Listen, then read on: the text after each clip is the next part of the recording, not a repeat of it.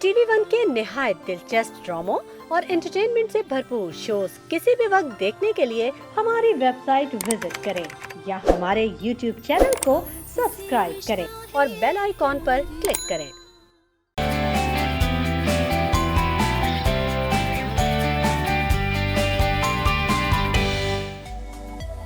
बिस्मिल्लाहिर्रहमानिर्रहीम। अस्सलाम वालेकुम पाकिस्तान, खुशामदीद, गुड मॉर्निंग और आप सबको जुम्मा बहुत बहुत मुबारक हो।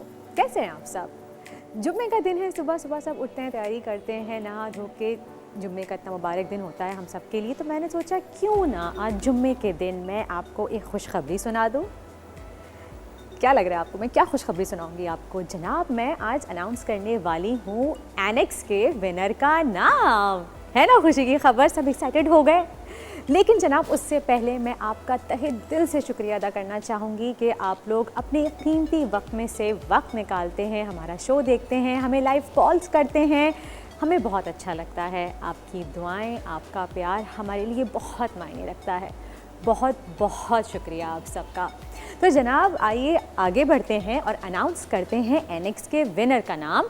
वेडनेसडे को मैंने आपसे सवाल किया था, तो उसकी विनर हैं, कर दूं? बल्कि चले छोड़, एक काम करती हूँ, आपको मैं आज का पूरा एक और दिन देती हूँ। आज आप मेरा शो देखिए, लाइव कॉल्स कीजिए, क्या पता आप में से कोई एक हो जो एनेक्स का इनाम जो है वो जीत जाए। आप भी क्या याद रखेंगे कि सखी दिल वर्दा से जो है आपने शो देखा हो, आपको कितनी सखी हैं, आपको एक और जो है वो मौका दे रही हैं। लेकिन ये बताती चलूँ मैं आपको कि विनर हम आज ही अनाउंस करेंगे, आज के शो में ही अनाउंस करेंगे।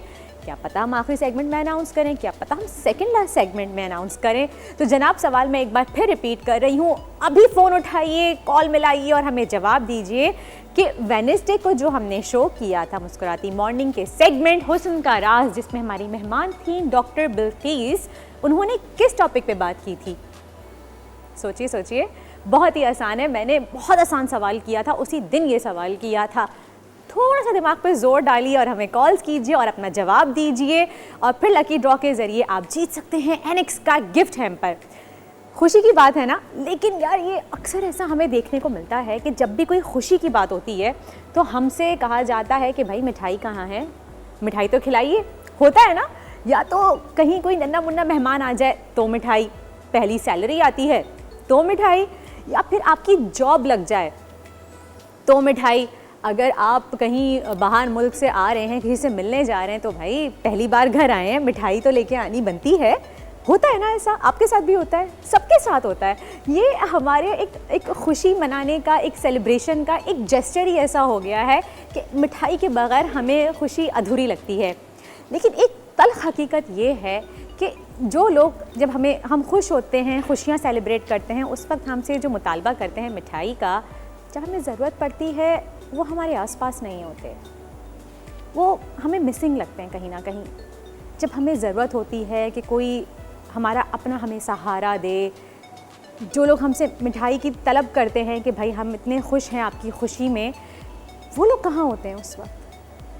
ये ज़रा एक सोचने की बात है और ये थोड़ी सी तल्ख हकीकत भी है। और बहुत अफसोस के साथ ये वही अपने होते हैं जो खुशियों में हमारे इर्द गिर्द होते हैं, लेकिन खुदा ना खास्ता कभी भी थोड़ा सा बुरा वक्त आ जाए, वक्त पड़ने पर ये लोग आसपास नहीं होते।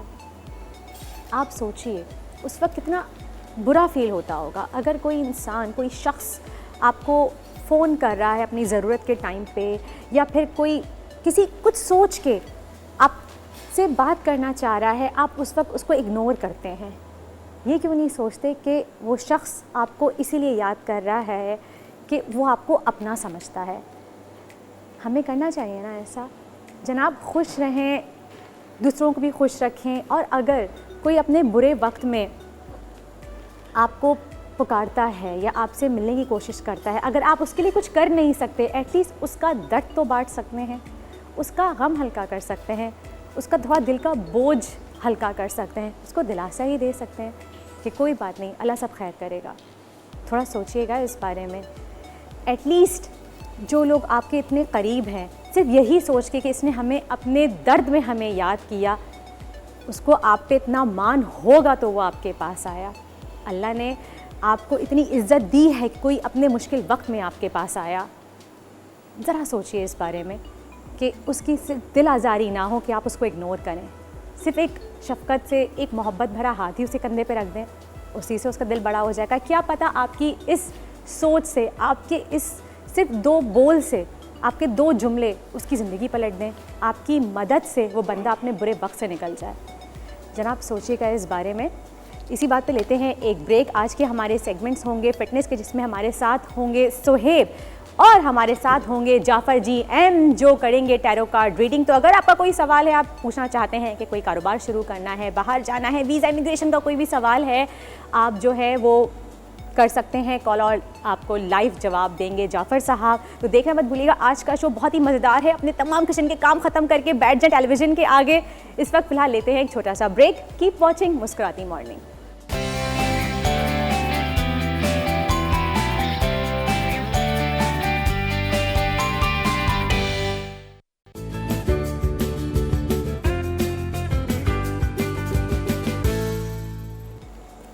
Welcome back after the break. आप देख रहे हैं मुस्कुराती मॉर्निंग, और इस वक्त हुआ है हमारे सेगमेंट का। कौन सेगमेंट का? अब तो आपको भी याद हो जाना चाहिए भाई, सुबह सुबह का टाइम है, फिट रहें, स्मार्ट लगें में हमारे साथ आज मौजूद हैं हमारे फिटनेस ट्रेनर सुहेब। अस्सलाम वालेकुम। वालेकुम। कैसे हैं सुहेब? अल्हम्दुलिल्लाह जी, तो हम आपको रोज़ सुबह सुबह बुला लेते हैं यहाँ पे। पहले आप मुझे ये बताइए कि are you a morning person? I am a very avid morning person. I love my mornings. इसीलिए कि आप एक फिटनेस ट्रेनर हैं या फिर आप वैसे भी? नहीं, अब सुबह का टाइम जो है वो अकेलापन अच्छा होता है। It's good to reflect on your thoughts. दिन का प्लान करना चाहिए। और आई थिंक सुबह सुबह का टाइम इतना बेस्ट टाइम होता है कि आप बहुत ही रिलैक्सिंग मोड में जो है ना वो मेडिटेशन या एक्सरसाइज कर सकते हैं। दिन भर फिर दिमाग में जब आप मेडिटेशन करने के लिए बैठते हैं ना, आंखें बंद करके दिमाग में चल रहा होता है, अरे खाना बनाना है, चूल्हे पे यहाँ रखना, ये टाइम हो गया होगा, बच्चों को ट्यूशन का टाइम हो गया होगा, बेल दरवाजे पे कोई आया है, आप इतना कंटिन्यू बैठ के एक्सरसाइज कर नहीं पाते सुकून से। आज मेरा आपसे सवाल है जो सबसे बहुत ही कहूँगी कि ये ऐसा मसला है कि शायद मसला कश्मीर है कि ये कभी हल नहीं होता। हम वेट लूज़ करने की कोशिश करते हैं, लेकिन जो हमारा बेली फैट है वो कम नहीं होता। वो इतना स्टबन क्यों होता है? राइट। तो आज मैं सबको डिसअपॉइंट करूँगा, वो ये कि बेली एक्सरसाइजेज से बेली फैट कम नहीं होता। सो जो लोग आते हैं जिम में कोचिंग के लिए, वो मेरे पास आते हैं, वैसे मेरे पास ये बस प्रॉब्लम एरिया है मेरा, बस इसको ख़त्म करना है और कुछ नहीं चाहिए, और यहाँ से लेग्स का एरिया, तो वो टारगेट जो है ना वो टारगेट रिडक्शन नहीं होता। और हाँ, एक्सरसाइजेस से, पेट की एक्सरसाइजेस से आपका स्ट्रॉन्ग होता है मिड सेक्शन, वो आपकी स्पाइन की स्टेबिलिटी के लिए, आपके परफॉर्मेंस के लिए वो बिल्कुल सही है। बट बेली फैट कम करने के लिए वो एक अलग ही कहानी है। सो ये आपने अक्सर देखा है कि देयर आर पीपल जो स्किनी है पर उनका पेट निकला हुआ है, they've lost the weight but उनका जो है ना ये पॉन्च एक बना हुआ है। सो this is the reflection of your liver health. ये हमारा लिवर हेल्थ का एक रिफ्लेक्शन है। अब बहुत आसान, I am bringing all the studies in a very easy way. वो ये है कि हम जब नेचुरल खाना खाते हैं, जैसे ऑर्गेनिक जिसे कहते हैं, राइस हो गया, रोटी, या जो भी हमारे उगे हुए जो वेजिटेबल्स हैं, वो जब हम खाते हैं दैट्स ऑर्गेनिक फूड। अब ये जो खाना है ये हमारी पूरी बॉडी मेटाबलाइज करता है आसानी से, our whole body can process that. But for ये जो पैकेज चीज़ें हैं, प्रोसेस चीज़ें, बिस्किट्स, टॉफ़ीज़, ब्रेड, और ये जो ये फैक्ट्रीज़ के थ्रू जो प्रोसेस खाना है वो हमारा लिवर करता है प्रोसेस। और जब वो व्हेन इट फील्स ओवरवेल्म्ड, वो जब ओवरलोड हो जाता है, तो सिक्योरिटी के लिए, प्रोटेक्शन के लिए, अपनी हिफाजत के लिए वो फैट अपने ऊपर स्टोर करना शुरू कर देता है। और जब वो जगह ख़त्म हो जाती है, then it uses the surrounding areas to store fat. तो मैं सबसे पहले कहता हूँ, बल्जेस निकलना शुरू हो जाते हैं फिर। तो मैं अपने क्लाइंट्स को पहले ये कहता हूँ कि, और इस चीज़ को, इस प्रोसेस को और तेज़ी से जो है ना उसको वो करता है अगर आप ज़्यादा खाना खाएं, सरप्लस में खाएं, तो इस प्रोसेस को वो और ज़्यादा वो तेज़ी करता है। सो आई टेल माई क्लाइंट्स कि सबसे पहले आप जो है अपने पैकेज चीज़ें, जो भी सारी प्रोसेस चीज़ें, उसको कम करें, और खाने पे जो है ना आप थोड़ा उसको कम करें, वट एवर यू ईटिंग। तो उससे जो है ना आहिस्ता आहिस्ता आपका बेली फैट कम होता जाता है। अब वो ऐसा क्यों नहीं है कि हम एक्सरसाइजेस करते हैं तो वो, क्योंकि ऊपर का लेयर है वो फैट का लेयर है, मसल आपका अंदर है, तो आपने सबसे पहले वो कैसे दिख सकता है अगर ऊपर का लेयर आप बर्न ना करें, आप उसको जो है ना वो ना करें। तो when you lose your belly fat, तो अंदर का जो मसल है फिर वो दिखता है आपको। वो ऐसा नहीं है कि वो फैट का लेयर वो पकता है एंड देन वो बन जाता है मसल, ऐसा कुछ नहीं है। So you have to lose your belly fat first through nutrition, proper nutrition, balanced खाएं एंड देन मैं 2 सवाल करूंगी आपसे Yeah. कि ये बहुत कॉमन हमारे यहाँ लोग कहते हैं कि एक मिस्टेक करते हैं कॉमनली। पहला मुझे सवाल का जवाब दीजिए कि जो ये आपको बेली फैट आपका बाहर निकलता है, यानी कि बेली आपकी टमी निकली हुई होती है बाहर, ये कुछ लोगों की टेंडेंसी होती है बहुत जल्दी वेट पुट ऑन कर लेते हैं, बहुत जल्दी टमी बाहर आ जाती है, और कुछ लोगों को थोड़ा टाइम लगता है।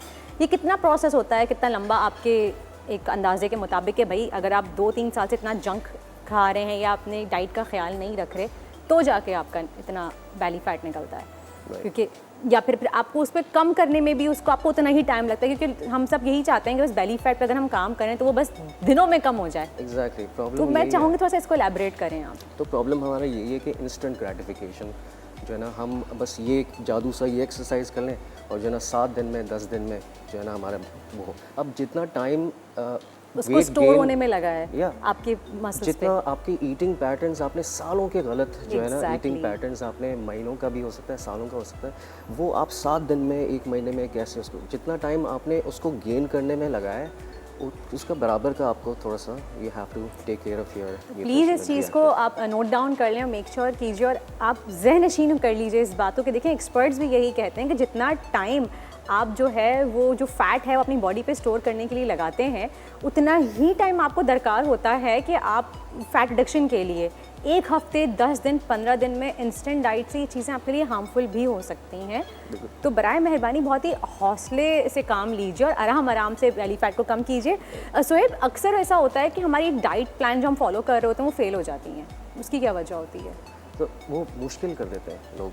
अब आप खुद जैसे? सोचें, देखें मेरे पास आते हैं जिम में या मुझे कहते हैं कि सोहेब मैंने रोटी खाना छोड़ दिया है, मैंने जो है ना चावल खाना छोड़ दिया है, मैंने मिठाई मीठा छोड़ दिया, मैंने चाय छोड़ दी। अच्छा ठीक है, फिर अब आई लॉस्ट 7 किलोज़ 8 किलोज़ मैंने गिरा दिया। अब आपने 30 किलो गिराना है, अब 6-7 किलो आपने गिरा दिया, वहाँ आपकी बॉडी स्टॉप हो जाएगी। अब क्या करेंगे? अब खाना पीना तो नहीं छोड़ेंगे। तो इट्स बेस्ट कि आप जो है ना अपने वन आई टेल पीपल कि आप सबसे पहली चीज़ ये होती है कि यू हैव टू ईट। जो डाइट प्लान बनाते हैं लोग, इट्स टू डिफ़िकल्ट। वो बॉइल्ड एग्स करते हैं, बॉइल्ड चिकन करते हैं, हर चीज़ को ऐसा बनाते हैं। डाइट सबसे पहले तो वर्ड ही गलत है। डाइट का वर्ड ये है कि आप मतलब एक ऐसी चीज़ जो एक फेज़ है वो करके जान छोड़े, और वो इतना और हम बदमज़ा हो जाता है। एक महीना, और जबकि eating right is actually it's a whole process. हम ये जैसे हम नहाते हैं, अपना ख्याल रखते हैं, हाइजीन का, टीथ का ख्याल रखते हैं, बगैर सोच के करते हैं। इसी तरह exercise and eating has to be that way, it has to be easy. So the first thing I tell my clients वो ये कि मैं पूछता हूँ उनसे कि आपका फूड लॉग क्या है, आप खाते क्या है, मतलब एवरी डे। तो मैं उनसे पूछता हूँ कि आपने जो है ना वो भेजें कि जो भी आप खाते हैं Diet उसके chart. पिक्चर्स भेजें। अच्छा। या वो लिख के आप मुझे बताएं। 3 दिन तक मैं ये देखता हूँ उनके ईटिंग पैटर्न्स क्या है, तो उसके हिसाब से देन आई गाइड देम कि क्या चीज़ कम करना है, क्या चीज़। मेरे जितने भी क्लाइंट्स हैं जिन्होंने 25-30 किलो या उससे ऊपर ट्रांसफॉर्म किया अपनी बॉडीज़ को, वो सब ब्राउनीज़ खाते हैं, वो सब पराठे खाते हैं, वो सब अपने चॉकलेट्स खाते हैं। कैसे? So this you have to monitor. तो अगर अब जैसे मेरे क्लाइंट है जो उसने बिरयानी तो खानी है और हलवा पूरी जो है ना इसने खाने, ये चीज़ें छोड़ नहीं सकते। अगर ठीक है, कोई मसला नहीं। हलवा पूरी आप संडे की सुबह खाते हैं और जो है आप बिरयानी आप फ्राइडे को खाते हैं। आप ये 2 दिन, ये 2 मील्स आप रखें, उसके अराउंड जो है ना विल वर्क इट आउट कि आप ब्रेकफास्ट को किस तरह आप कम कर सकते हैं, लंच को किस तरह आप जो है ना मैनेज कर सकते हैं, so that you can have this. तो इससे क्या होगा, it's easy for this person to stay on the plan. तो that's why ask people's food plan, मतलब जो भी आप वो खाते हैं बैलेंस कर लें अपनी कैलोरीज सो को। उसके हिसाब से हम, and it's really not difficult. जो भी आप रोज़ खाते हैं नॉर्मली, उसके अराउंड उसको अगर मैनेज कर लें तो it's not difficult, it's really easy. So the first step is कि अगर वो खा रहे हैं लेट्स से 3 रोटी खा रहे हैं राइट विद कढ़ाई, एंड रात में जो है ना वो चावल की 2 सर्विंग्स लेते हैं राइट। अब ये नॉर्मली एक बंदा 5'8", 5'9" का नॉर्मल बंदा, 30-35 साल का बंदा, वो ये खाता है। सो आई जस्ट टेल देम, अच्छा भाई आप 3 नान के बजाय आप 1.5 कर लें, आप 1 कर लें, आप चावल के 2 प्लेट आप 1 चावल का प्लेट कर लें, एंड इसी से आप 10-15 किलो गिरा सकते हैं। उसके बाद जाके जब वो थोड़ा when they lose the weight, फिर हम बात करेंगे बॉइल्ड एग्स और इस चीज़। क्विकली मैं आपसे एक सवाल करूंगी, लेकिन इसका जवाब हम लेंगे ब्रेक के बाद, कि जो लोग एकदम से अपनी प्रॉपर रूटीन में रोटियां खा रहे हैं, चावल खा रहे हैं, शुगर का इंटेक कर रहे हैं, चाय का इस्तेमाल कर रहे हैं और एकदम से वो सब कुछ छोड़ दें, तो क्या ये सही होता है? सही मेंटली मैं आपसे जवाब इसका डिटेल में लूँगी, लेकिन इस छोटे से ब्रेक के बाद। कीप वॉचिंग मुस्कुराती मॉर्निंग।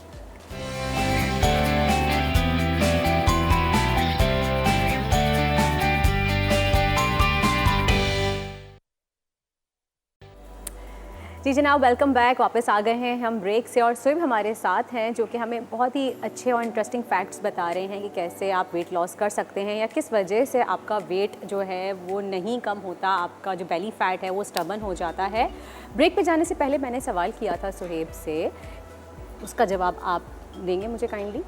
राइट। सो आपने ये पूछा था कि ये जो एकदम से छोड़ देते हैं जी। हम चीज़ें, जंक और जो रोटी एक शख्स अगर कोई भी है, चाहे वो मर्द है चाहे वो खातून है कोई, वो डेली बेसिस पे रोटी खा रही हैं, चावल खा रही हैं रेगुलरली, तीनों टाइम अच्छी डाइट है उनकी, वो चीनी का इंटेक भी कर रही हैं और चाय भी ले रही हैं और एकदम से वो ठक स्टॉप लगा दें उस पर, क्या ये सही है? से कोई साइड इफ़ेक्ट्स नहीं होते? साइड इफ़ेक्ट्स एज सच नहीं, साइड इफ़ेक्ट्स मेंटली ज़्यादा है और मैं उसको समझाता हूँ किस तरह। जब एक बंदा या बंदी जब वो खा रहे होते हैं, ये सारी चीज़ें ले रहे हैं, that is there normal pattern. तो बॉडी हैज़ ऑलरेडी कंप्यूटेड कि ये इसका नॉर्मल पैटर्न है, उसको प्रोटेक्ट करना है और यही नॉर्मल है, इससे वो बंदा सर्वाइव कर रहा है। अब एकदम से अगर आप जो है ना इसको ख़त्म कर देते हैं, सबसे पहले द मेंटल एस्पेक्ट, जब आप ख़त्म कर देते हैं you can not stay without those things.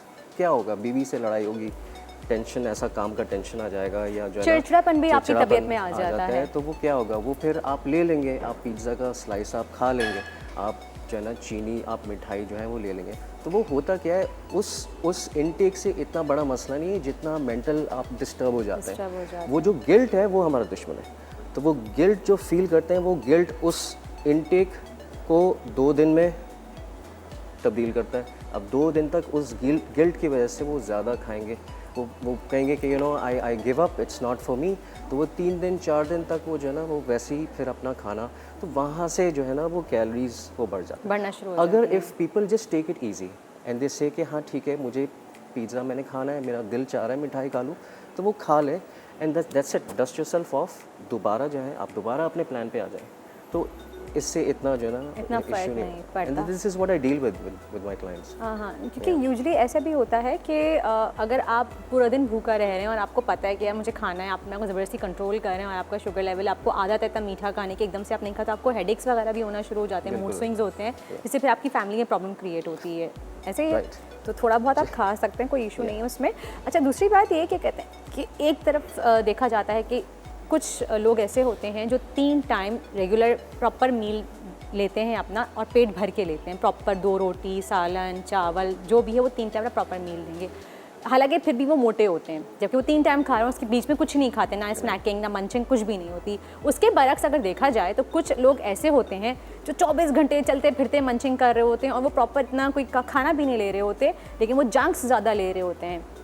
मुंह में चलते फिरते कुछ खा लिया, कुकीज़ हो गए या जो भी XYZ चिप्स हो गए, जो हम जंक्स में लेते हैं वो खाते रहते हैं, लेकिन फिर भी वो पतले होते हैं। तो क्या इसकी वजह ये है कि आप मील्स पोर्शन डिवाइड कर लें, लाइक ज़्यादा खाएं, थोड़ा थोड़ा खाएं तो आप पतले रहते हैं, या फिर आपको प्रॉपर बैठ के 3 टाइम खाना चाहिए? तो ये भी एक मिथ है कि आप 5 टाइम्स 6 टाइम्स ज़्यादा टाइम खाएं तो आप पतले रहते हैं, ऐसा कुछ भी नहीं है।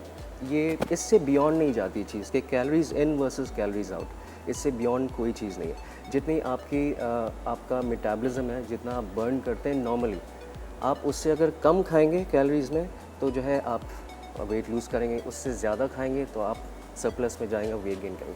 अब हमारे जो व्यूअर्स हैं और जो लोग इन चीज़ों में नहीं पढ़ना चाहते कि कैलोरीज गिनना और ये सारी चीज़ें, तो इसका अच्छा इंडिकेटर ये है, बहुत आसान है कि आप पेट भर के ना खाएं।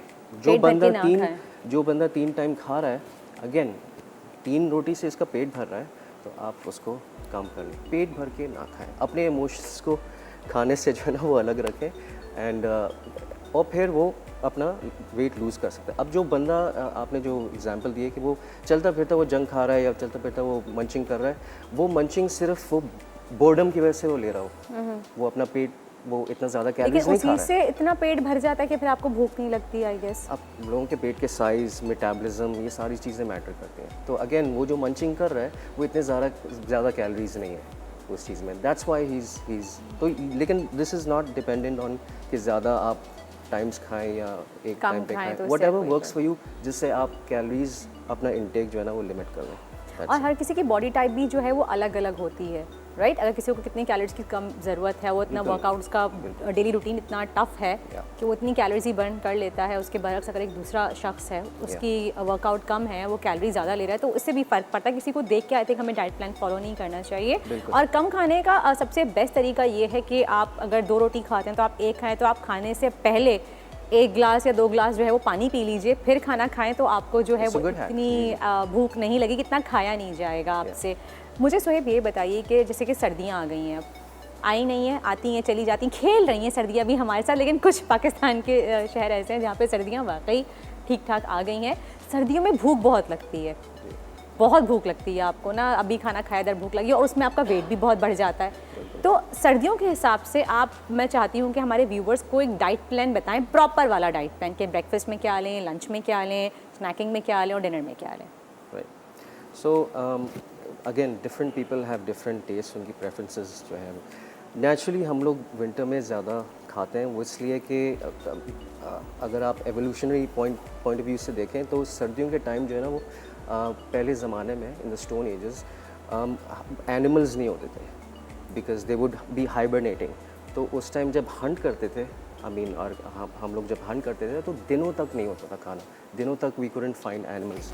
तो that's why the body tends to store, it wants intake, it wants you to take in food ताकि वो सिक्योर रहे, वो अपने पास जो है ना स्टोरेज में रहे, इसलिए हम ज़्यादा खाते हैं। अब it all comes down to willpower, और कुछ खाने ऐसे हैं जो आपका पेट को थोड़ा सा वो कर देता है, स्टमक फुल रखते हैं, या फुल हो जाता है। See the best thing is bone broth, आप जो यखनी जिसे कहते हैं, सूप्स हो गए सर्दियों में, हमारे यखनी हो गई, सूप हो गए, वो अगर रात के टाइम खाएं इंस्टेड ऑफ अ मील, वो रात में खाएं, तो in my experience, I don't know the scientific इसके पीछे क्या है, in my experience bone broth रात में आप खाएं ना, तो आपका अगला दिन जो है ना, you're more आप satiated, you're more fill।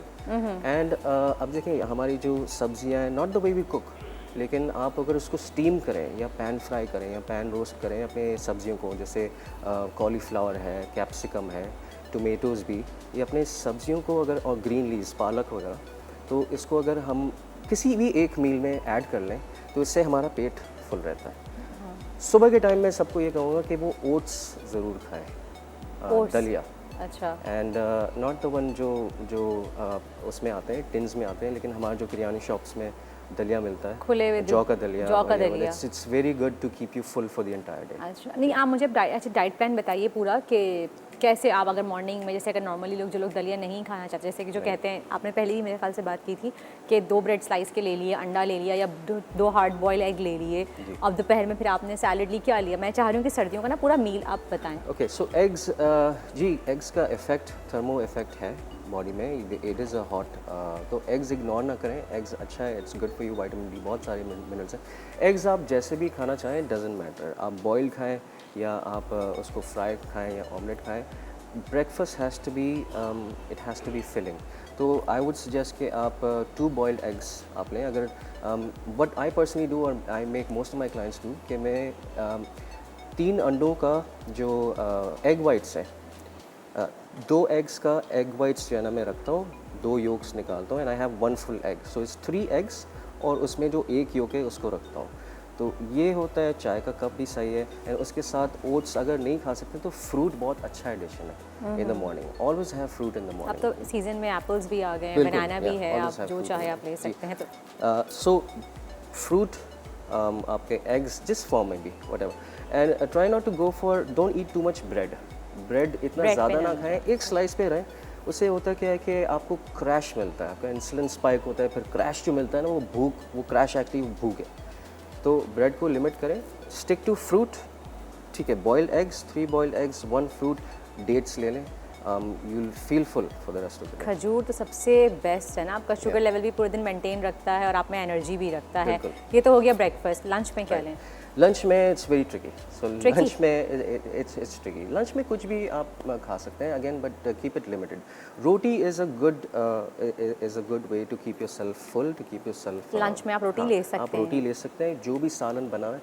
अच्छा, हमारा जो सालन है उसमें माशाल्लाह जो ग्रेवी है वो ग्रेवी तेल का है, तो again fitness point of view से मैं कहूँगा कि अगर उसमें बोटियाँ हैं, उसमें वो बोटियाँ आप ज़्यादा ले लें और ग्रेवी थोड़ा सा ले लें। यार कम तेल में पकाएं, वरना रोगन जो होता है ना वो आप दो दो तीन तीन हमारे पोरवे पूरे डिप हो रहे होते हैं उसमें फिंगर्स। तो ये हो गया अगर आपका कोई चिकन का सालन है, उसमें चिकन की बोटियाँ ज़्यादा लें एंड रोटी उसके साथ खाएं, दैट्स फाइन। उसके साथ अगेन वेजिटेबल का एक पोर्शन, एक सैलेड आप बना लें, कोई भी चाहे सैलेड क्या है, कॉलीफ्लावर, क्यूकम्बर भी हो सकता है, कैरेट भी हो सकता है, सही कुछ भी हो सकता है जो भी आपको फ्रेश वेजिटेबल। और सर्दी में तो वैसे ही सब्जियां बहुत अच्छी और फ्रेश आती हैं। ये तो हो गया लंच। डिनर का जल्दी से बता डिनर का bone broth is very important. जो हड्डियों का जो सूप होता है नॉर्मल, अगर हम सूप जैसे सर्दियों में कॉर्न सूप बड़ा चलता है, तो कुछ लोग कहते हैं कि मैंने डिनर में कुछ नहीं खाया लेकिन बस मैंने 2-3 प्याले जो हैं भर के वो सूप के पी लिए। तो क्या ये सही है कि आप 2-3 प्याले सूप के ले सकते हैं? इट्स फाइन या it's okay, it's how you cook it. वो उसमें क्या चीज़ें एडेड है। चाउडर बहुत, अगर वो थिक है उसमें बहुत सारी चीज़ें, तेल, उसमें तेल भी डालते हैं लोग हाँ, लेकिन सूप्स में तेल नहीं डलता, लेकिन कुछ लोग बनाते हैं सही उस तरह के। तो it's how you clear soup, जैसे कि पानी का होता है, क्लियर सूप आप बना सकते हैं। और तेल अवॉइड कीजिए कि जब सूप बना रहे हैं, हेल्दी चीज़ बना रहे हैं आप, तो उसमें कोशिश करें आप ऑयल जो है वो अवॉइड करें। सूप में वैसे भी ऑयल की ज़रूरत नहीं होती है। जनाब लेते हैं छोटा सा ब्रेक, कहीं जाइएगा नहीं, कीप वॉचिंग मुस्कुराती मॉर्निंग।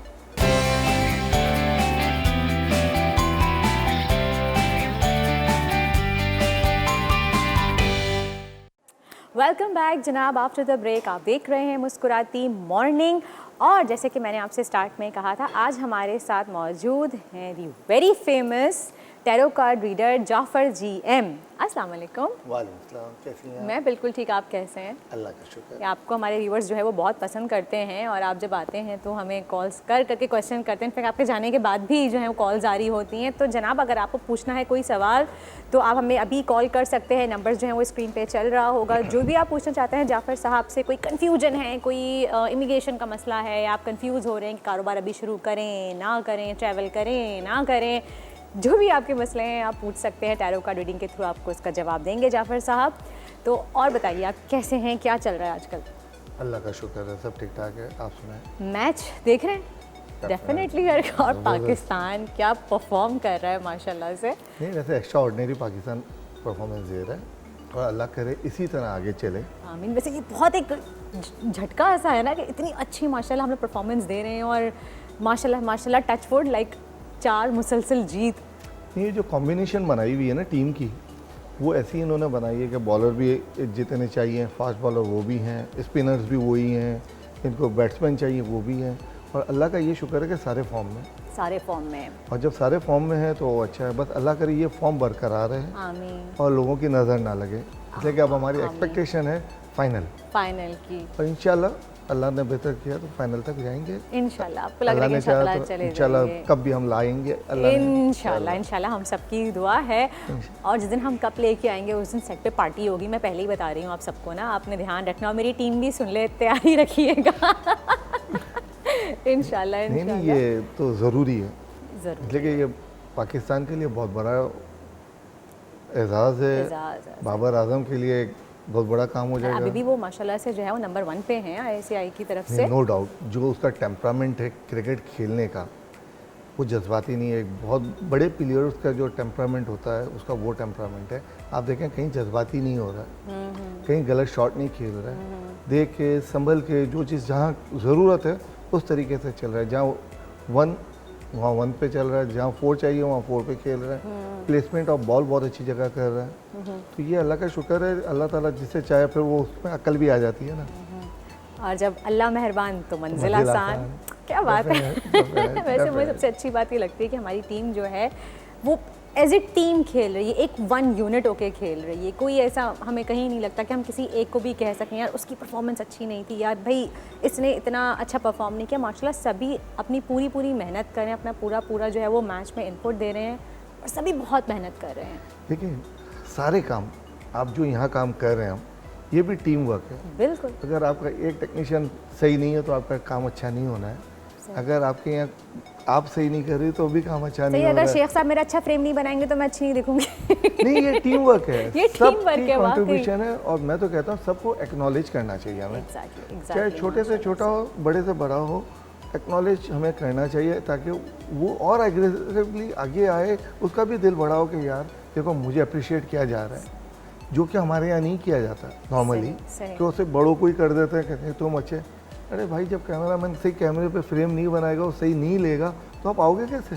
बिल्कुल सही, टेक्नीशियन अगर वहाँ से टेक्निकली आपको अगर सही गाइड नहीं करेगा तो आपके बनेगा कैसे? सही बात है। तो ये बहुत सारी चीज़ें ऐसी हैं जो पीछे तो पर्दे के पीछे हो रही होती हैं, वो जिनकी मेहनत हो रही होती है, हम उनको एक्नॉलेज नहीं कर और पर्दे रहे की यानी कि स्क्रीन के पीछे अगर मैं कहूँ, जो कि हम यूजुअली कहते हैं पर्दे के पीछे जो मेहनत होती है ना, वो सबसे कड़ी मेहनत होती है। हम सोच भी नहीं सकते कि कितनी मेहनत लगती है उसमें, चाहे वो एक कंटेंट से लेके एक आपके जो क्यू कार्ड पे आपके लिखी हुई होती है स्क्रिप्ट, सवालात, 10 चीज़ें, बहुत से मल्टीपल ऐसी चीज़ें होती हैं जिनका शायद आपको पता भी नहीं है, आपको अंदाज़ा भी नहीं है। लाइट मैन आते हैं सुबह सुबह, सब खड़े होकर मेहनत कर रहे होते हैं कि चीज़ सेट कर रहे होते हैं फ्लोर पे। अहमद जो सुबह सुबह हमें कॉफ़ी देता है, बेचारा मुझे एक ही बारी में कॉफ़ी ला के देता ताकि मैं चार्ज हो जाऊँ और अच्छे तरीके से बात कर सकूँ। तो thank you so much for everyone, मेरी पूरी टीम का मैं मैं दिल तो से कहता हूँ आप शुक्रगुजार लोगों हूँ। को इनको अप्रिशिएट करें, इनके लिए क्लैप करें, ताकि ये वो लोग हैं जिनकी वजह से सब चीज़ चल रही होती है। बिल्कुल बिल्कुल बिल्कुल सही बात है। और यही चीज़ है जो हमारे चैनल्स को, हमारे लोगों को, ये टीम वर्क है। अब जैसे क्रिकेट के अंदर है, सही। एक कॉलर आ गई है हमारे साथ, हमारी बहन मौजूद हैं सारा कराची से। हेलो अस्सलाम वालेकुम सारा। वालेकुम सलाम, कैसी हैं आप? मैं बिल्कुल ठीक सारा, आप कैसी हैं? मैं बिल्कुल ठीक। मुझे जाफर साहब से बात करनी है। जी बिल्कुल, सवाल कीजिए। मैं ये पूछना चाह रही थी कि मैं ट्रैवलिंग करना चाहती हूँ नवंबर के एंड में ना, तो क्या वो मेरे लिए बेहतर रहेगी? ट्रैवलिंग कहाँ करना चाहती हैं आप?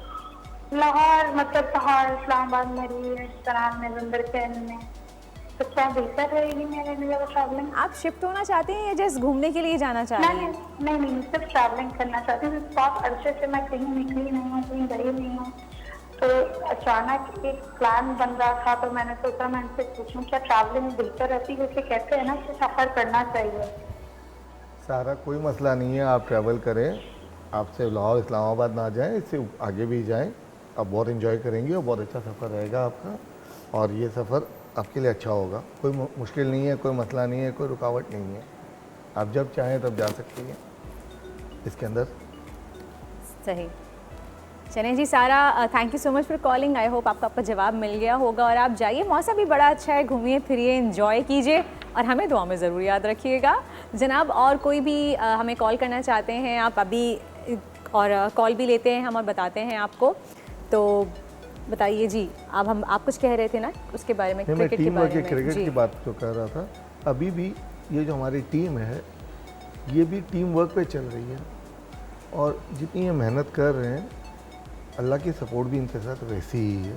आप देखें जो क्राउड है, सबसे ज़्यादा पाकिस्तान की टीम के मैच में पूरा ग्राउंड भरा हुआ होता है। आप ऑस्ट्रेलिया का देखें, उसमें नहीं होता। आप बांग्लादेश में देखें, उसमें नहीं है। सही। ये एक अल्लाह की तरफ से एक सपोर्ट है कि जहाँ अप्रिशिएट करने वाले लोग हों, जो इनकरेज करने वाले लोग हों, तो अल्लाह ताला उसको फिर सपोर्ट कर रहा होता है। और अगर कोई बड़ी गलती ना करें तो इंशाल्लाह कप हम ले सकते हैं। इंशाल्लाह भाई, और हमारी पूरी दुआएं हैं हमारे मुल्क के साथ कि हम कब जीते इंशाल्लाह ताला अल्लाह के हुक्म से। और आपको खाने पीने का शौक़ है जाफ़र साहब? बहुत ज़्यादा। सेहत से तो नहीं नहीं, आप कंट्रोल बड़ा करते हैं। कंट्रोल तो करता हूँ, लेकिन खाने का तो शौक।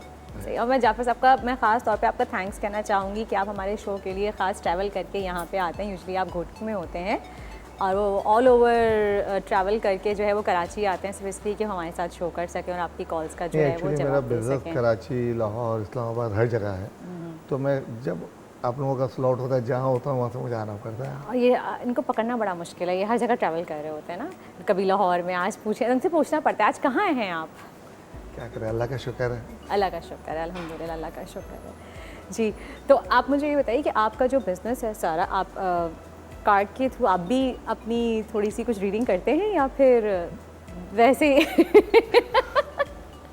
देखिए एक बात मैं आपको बताऊं, आपने यूजुअली देखा होगा डॉक्टर अपना इलाज खुद नहीं करता है, तो मेरा भी यही है, मैं अपना इलाज खुद नहीं कभी नहीं करता। ना इलाज मैं नहीं किसी से से कभी? मैं कभी किसी से, मैं जिसके पास भी जाता हूँ या जो भी काम करने, मुझे उसके बारे में पता चल जाता है। मैं उसके साथ, वो मेरा काम करे ना करे, मैं उसको मसले सॉल्व करके आता हूँ। चलें, अच्छी बात है। एक और कॉलर हमारे साथ मौजूद हैं, ज़रमीना लैया से कॉल कर रही हैं। हेलो, अस्सलाम वालेकुम ज़रमीना। वालेकुम सलाम। आज मैंने डिटेल लेनी थी कि मैंने कराची से वर्क करना है। जी, आपको कराची आना है? हाँ जी, ये बीमारी के लिहाज से मतलब सफ़र करना है, अच्छी रहेगी गुड न्यूज़। अच्छा, बीमारी के हवाले से सफ़र करना चाहती है, कराची आना चाहती बीमारी हैं। क्या है? बीमारी क्या है आपको? थोड़ी सी मतलब डॉक्टर के पास टाइम है तो वो उनसे पूछना था, इस लिहाज से सफ़र मेरा अच्छा रहेगा, मतलब वहाँ पे जाके सही न्यूज़ होगी, ये पूछना था। बीमारी क्या है? बीमारी अगर आप बताएंगी तो उस हिसाब से फिर हम जो है वो आपकी रीडिंग चेक कर सकते हैं। हाँ जी, ये थोड़ा सा मतलब इशू है, थोड़ी सी किडनी का, इस लिहाज से। किडनी का इशू है आपको? सही, ज़रमीना नाम है इनका और किडनी का इशू है, उस हवाले से इलाज के लिए आप ट्रैवल करना चाह रही हैं कराची। ओके, ज़रमीना आपके कार्ड्स जो हैं वो चेक कर लिए हैं, इसका जवाब हम आपको देते हैं ब्रेक के बाद। Thanks for calling. जवाब के लिए देखते रहिएगा मुस्कुराती मॉर्निंग।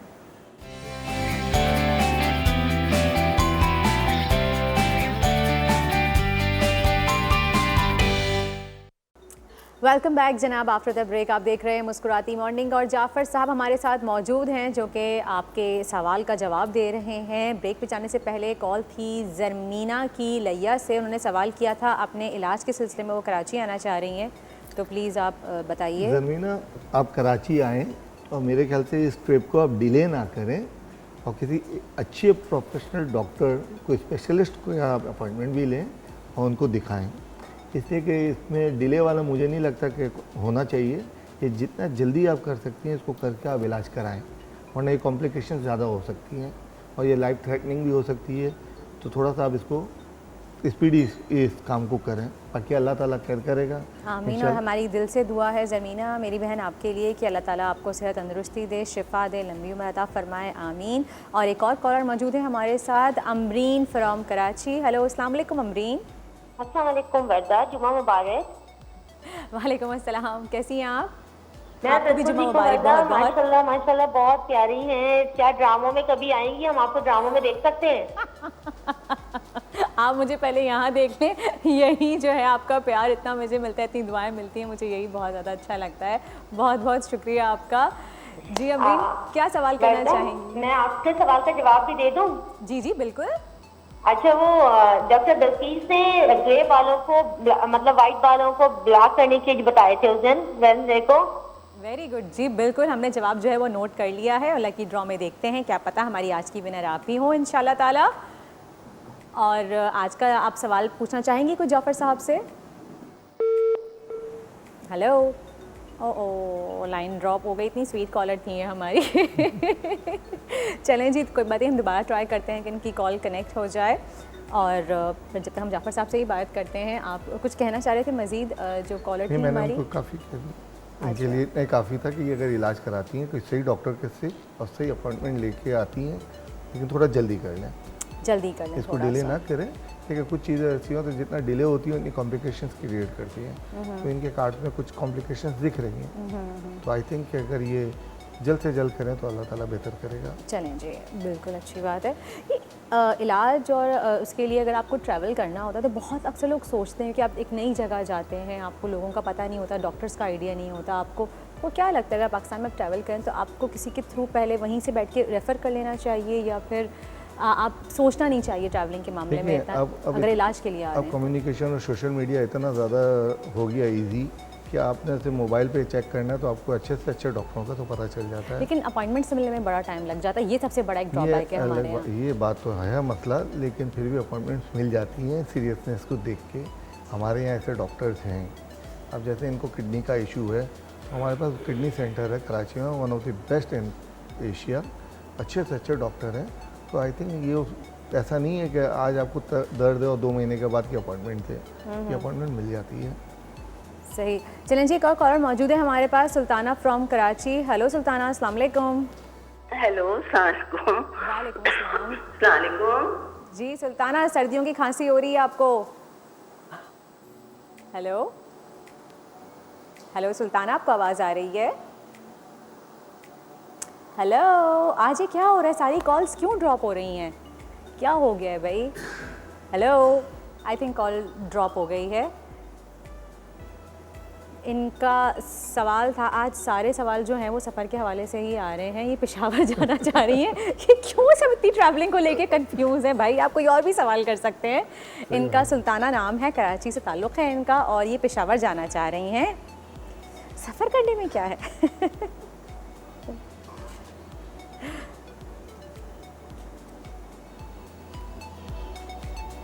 जी।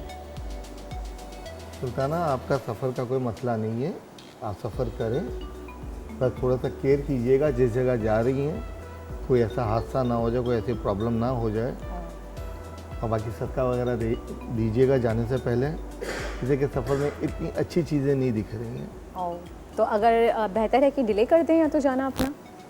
हाँ, अगर डिले कर दे तो ज़्यादा अच्छा है।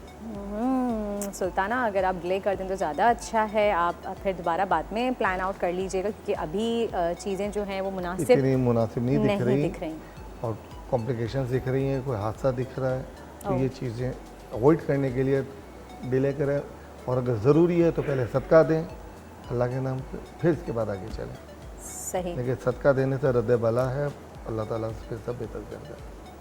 सही जी। एक और कॉलर मौजूद है हमारे पास, सफ़ीर लाहौर से। हेलो, अस्सलाम वालेकुम। जी अस्सलाम वालेकुम, क्या हाल है आपके? वालेकुम अस्सलाम जी, बिल्कुल ठीक। आप कैसे हैं भाई? जी अल्लाह का शुक्र। मैं एक्चुअली एक सवाल पूछना चाह रहा था जाफर साहब से कि मैंने भी रिसेंटली एक नई इदारे को ज्वाइन किया है, तो वहाँ पे थोड़ा सा वर्कलोड काफ़ी ज़्यादा हो रहा है, चीज़ें थोड़ी सी डिफ़िकल्टीज आ रही हैं सामने। तो मैं पूछना चाहता कि अगर ये चीज़ बता दें मुझे कि चीज़ें कब तक सॉल्व हो जाएंगी सारी चीज़ें, तो काफ़ी इशूज़ फेस करने पड़ रहे हैं, तो ज़रा सा इस बारे में मुझे बता दीजिए। थैंक यू जी। Thank you so much Safir आपकी कॉल का। आपको हम जवाब देते हैं, आपके कार्ड्स चेक कर लेते हैं। सफ़ीर, आप जो बात कर रहे हैं, आप तो चैलेंजेस लेने वाले बंदे हो, और आप जिनको मानने वाले बंदे हो वो घबराते नहीं हैं। ये तो छोटी मोटी चीज़ें हैं, पॉलिटिक्स चलती है ऑर्गेनाइजेशंस के अंदर भी, एक दूसरे को काटने के लिए। आपकी नई नई जगह है, थोड़ा सा टाइम लगेगा, कोई मसला नहीं दिखता। अगर आप इसको प्रेशर लिए बगैर चलते हो तो आप इज़्ज़त दौलत दोनों इसमें आपको मिलेगा। लेकिन आप थोड़ा सा टेंशन जल्दी ले लेते हो, आप टेंशन ना लो, रिलैक्स होकर काम करो। अल्लाह ताला ने जो रोज़ी दी है वो मिलनी है, अगर यहाँ से नहीं तो दूसरी जगह से। लेकिन ये चैलेंज आपने एक्सेप्ट करना है। इस पॉलिटिक्स जो चल रही है इंटरनल, उस पॉलिटिक्स को आपने फेस करना है। तो इंशाल्लाह लॉन्ग टर्म आपका रहेगा। जो ऑर्गेनाइजेशन है जहाँ आप हो, ये बहुत अच्छी ऑर्गेनाइजेशन है, इसमें कोई मसला नहीं है। चलें जी, बहुत ज़बरदस्त। और टेंशन लेने के लिए नहीं होती, देने के लिए होती है मेरे भाई। तो आप अपने काम पे जो है वो ध्यान रखें, और इंशाअल्लाह अल्लाह ताला आपको कामयाबी अता फरमाए, आमीन सुम्मा आमीन। और एक और कॉलर हमारे साथ मौजूद हैं, आसमा हैं डीजी खान से। हेलो, अस्सलाम वालेकुम आसमा। वालेकुम अस्सलाम जी मेरी बहन, कैसी हैं आप और क्या सवाल करना चाहेंगी जाफ़र साहब से? मैं अपनी सेहत मेरी बहुत ज़्यादा ख़राब रहती है, और घर में परेशानी भी बहुत होती है। मेरे शौहर की सेहत भी ठीक नहीं है, वो भी बीमार होते रहते हैं। तबीयत बहुत ज़्यादा ख़राब रहती है आपकी? जी। अच्छा जी। उसके नाम क्या है? आसमा नाम है, पूरा नाम बताइएगा अपना। आसमा जरिंग है मेरा नाम। आसमा जरिंग। आसमा समझ नहीं आ रहा मुझे, पूरा आगे का नाम समझ नहीं आ रहा। आपका सरनेम आसमा के नाम से निकाल सकते हैं हम कार्ड? जरिंग, आसमा जरिंग। आसमा जंग, ओके जी।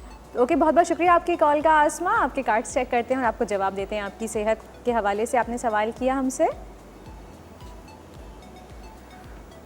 आसमा, आपकी जो सेहत है, इसका मेडिकल इलाज तो आप करें लेकिन रूहानी इलाज भी आप करें, इसलिए कि आपको रूहानी इलाज की ज़रूरत है मेडिकल से ज़्यादा। और रूहानी इलाज आप कराएंगी तो इंशाल्लाह अल्लाह ताला बेहतर करेगा इंशाल्लाह। और थोड़ा सा अपनी सेहत के ऊपर तवज्जो दें, टेंशन ना लें इस चीज़ को, लेकिन तवज्जो दें। आप शोर ज़्यादा मचाती हैं, इलाज कम करती हैं, तो थोड़ा सा आप इसको तवज्जो दें और रूहानी इलाज कराएं मेडिकल के साथ साथ, इंशाल्लाह आप बेहतर हो जाएगा। आपको कोई इतना बड़ा मसला दिखता नहीं है। चलें जी, इंशाल्लाह। आसमा, आई होप आपको आपका जवाब जो है वो मिल गया होगा। रूहानी इलाज करवाइए अपना, इंशाअल्लाह ताला आपकी सेहत जो है वो बेहतर हो जाएगी अल्लाह के हुक्म से। और टेंशन मत लिया करें, टेंशन हमारे यहाँ लोग बहुत लेते हैं, ज़रा सा भी कुछ हो जाता है तो ये एक हमारी नेचर में आ गई है ये चीज़ कि ज़रा सा कुछ होता है लोग टेंशन लेके बैठ जाते हैं कि मैं ऐसा करूँ ना करूँ। एक्चुअली अभी लोगों का ये हो गया कि अल्लाह तवक्कल कम हो गया, वो अपने आप को ज़्यादा होशियार समझ रहे हैं। एक और बहन मौजूद है हमारे साथ, रुखसाना लाहौर से। हेलो रुखसाना, अस्सलाम वालेकुम। वालेकुम अस्सलाम, कैसी हैं वर्दा आप? मैं बिल्कुल ठीक। रुखसाना आप कैसी हैं? जी अल्हम्दुलिल्लाह। सवाल करना चाहेंगी जाफ़र साहब से? जी मैंने अपने बेटे के बारे में पूछना है। बेटे का नाम बताइएगा प्लीज़। अहमद हसन। अहमद हसन, क्या पूछना चाहेंगी बेटे के बारे में? एक तो उसके फ्यूचर के बारे में पूछना है।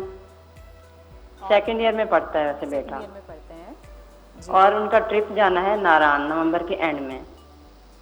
उमर को नारायण जाना है, फैमिली के साथ जाना चाह रहे हैं, दोस्तों में जाना चाह रहे हैं? नहीं, कॉलेज का ट्रिप जा रहे हैं। अच्छा, कॉलेज का ट्रिप जा रहे हैं। चलें जी, बहुत बहुत शुक्रिया आपकी कॉल का। और इसके अलावा कोई सवाल है आपका? नहीं जी। चलें, उमर अहमद। चलें जी, हम आपको जवाब देते हैं बिल्कुल। कार्ड्स देखते हैं और साथ साथ ब्रेक भी आ गया है, तो हम आपके सवाल का जवाब देंगे इस ब्रेक के बाद। देखती रहिए मुस्कुराती मॉर्निंग।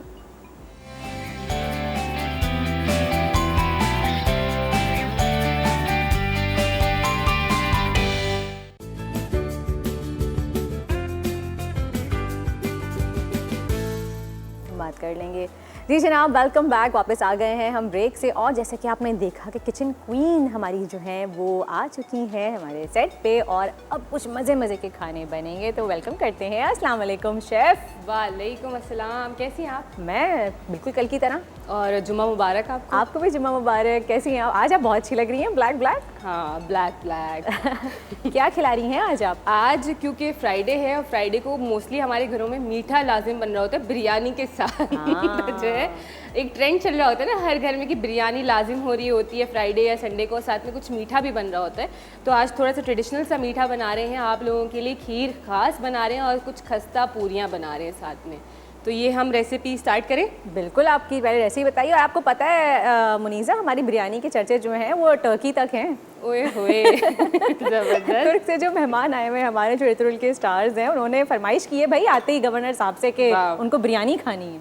देख ले हमारी बिरयानी कितनी अच्छी है, कितनी अच्छी है, और हमें प्राउड होना चाहिए इन चीज़ों पर। जी बिल्कुल। और जनाब एक और कॉलर मौजूद है हमारे साथ, सफ़िया कराची से। अस्सलाम वालेकुम सफ़िया। वालेकुम अस्सलाम। जी मेरी बहन कैसी हैं आप? जी मेरे गले का मसला है, क्या खराब रहती है, तबीयत ठीक नहीं रहती, एंटीबायोटिक्स लेती हूँ तो फिर ठीक होती है, फिर कुछ वक्त बाद फिर इस तरह का मसला इन्फेक्शन होता है। अच्छा, गले का मसला है इनका, एंटीबायोटिक लेती हैं तो बेहतर होता है, सो के उठती हैं तो ज़्यादा तकलीफ होती है। अभी 2-3 दिन पहले वो कान में भी दर्द हो रहा है, पता नहीं पिप से आ रही थी कान से, तो एंटीबायोटिक ली थोड़ी बेहतर हो गई हूँ, लेकिन पता नहीं हर वक्त हाइपरथायराइड की मरीज पूरे तबीयत बस अजीब सी रहती है। अच्छा, सफ़िया नाम है ना बहन मेरी आपका? सफ़िया नाम है। पिछले वाले का तो जवाब है जी। अच्छा जी, पहले हम जो है पहले जो एक कॉलर ने सवाल किया था हम उनका जवाब दे देते हैं। जी देखिए, ये जो आपका बेटा है इसकी उम्र है अभी छोटी, और अभी इस वक्त जो इसकी जो पोजीशन है वो ये है कि आपको इसका बहुत ज़्यादा केयर करना पड़ेगा। आप इसे बाहर भेजना चाहती हैं लेकिन इसको अकेला ना भेजें, अगर कोई मैच्योर्ड लोग साथ हों तो उनके साथ आप भेजें तो ज़्यादा बेहतर है। ये उमर अहमद के बारे में जो सवाल था कि वो अपने कॉलेज के साथ ट्रिप पे जाना चाह रहे थे, तो उनकी वालदा ने सवाल किया था कि उनको अकेले भेजें कि ना भेजें। तो मैं यही कह रहा हूँ कि अगर कोई मैच्योर्ड लोग हों तो भेजें, वरना इनकी सेम एज ग्रुप के साथ इनको ना भेजें, प्रॉब्लम हो सकती है। और इनके फ्यूचर के बारे में क्या है? फ्यूचर के लिए ये है कि इनकी बहुत ज़्यादा इनको केयर करनी पड़ेगी, तकरीबन 2 से 3 साल और इनको ज़रा फोकस कराएं एजुकेशन की तरफ, जो कि थोड़ा सा इनका कम है। थोड़ा सा ये फोकस ज़्यादा करेंगे तो इंशाल्लाह अल्लाह ने चाहा तो ये आगे तक जा सकते हैं, लेकिन ये 2-3 साल इनके लिए थोड़े से टफ हैं। ये 3 साल अगर निकाल गए तो फिर ये आगे निकल जाएंगे। सही।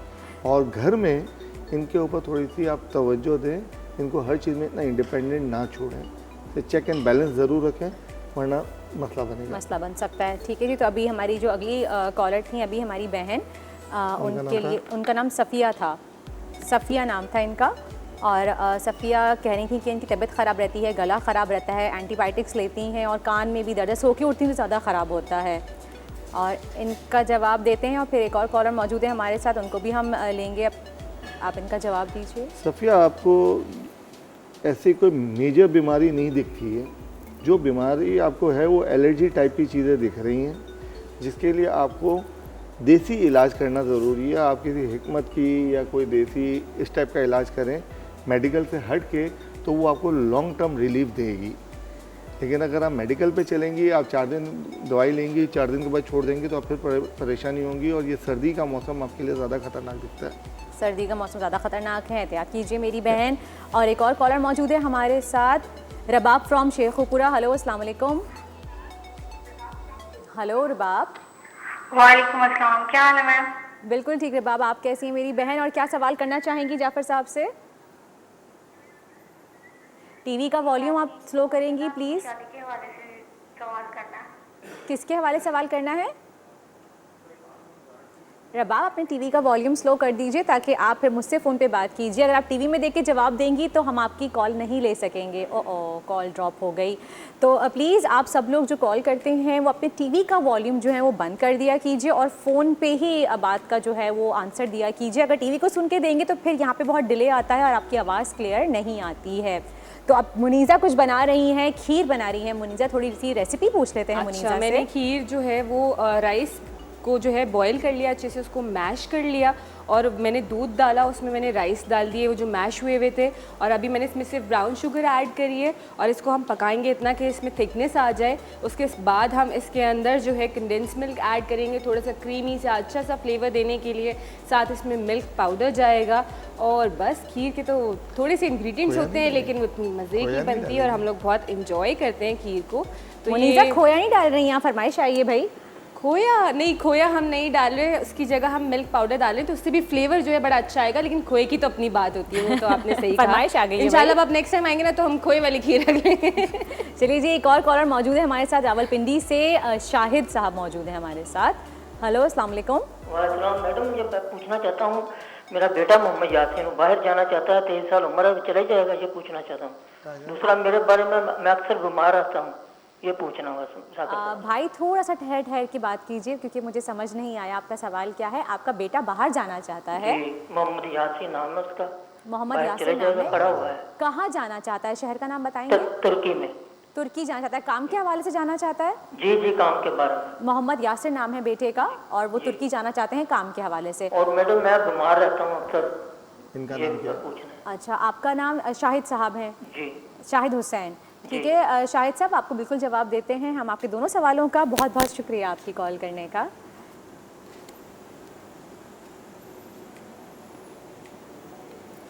जी देखिए, शॉर्ट टर्म के लिए आपका बेटा अगर जा रहा है टर्की तो कोई मसला नहीं है, जा सकता है। लेकिन अगर लॉन्ग टर्म के लिए जा रहा है तो शायद आप लोगों का दिल बर्दाश्त आप होंगे। बाद में इसको भेजने के बाद हो सकता है फिर बेटा आने के लिए वापस राज़ी ना हो।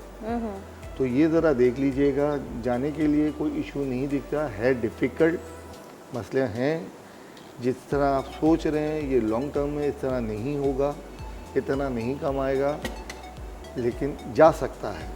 लेकिन उनके लिए अच्छा नहीं आ रहा। बेटे के लिए लॉन्ग टर्म में अच्छा नहीं आ रहा, शॉर्ट टर्म में अच्छा दिख रहा है। सही। अगर घूमने के लिए जा रहा है तो कोई मसला नहीं है, लेकिन काम के हवाले से लॉन्ग टर्म में अच्छा नहीं, लॉन्ग टर्म अच्छा नहीं। और इनकी सेहत के बारे में बताइएगा, शाहिद हुसैन साहब की सेहत का कह रहे थे ये सवाल।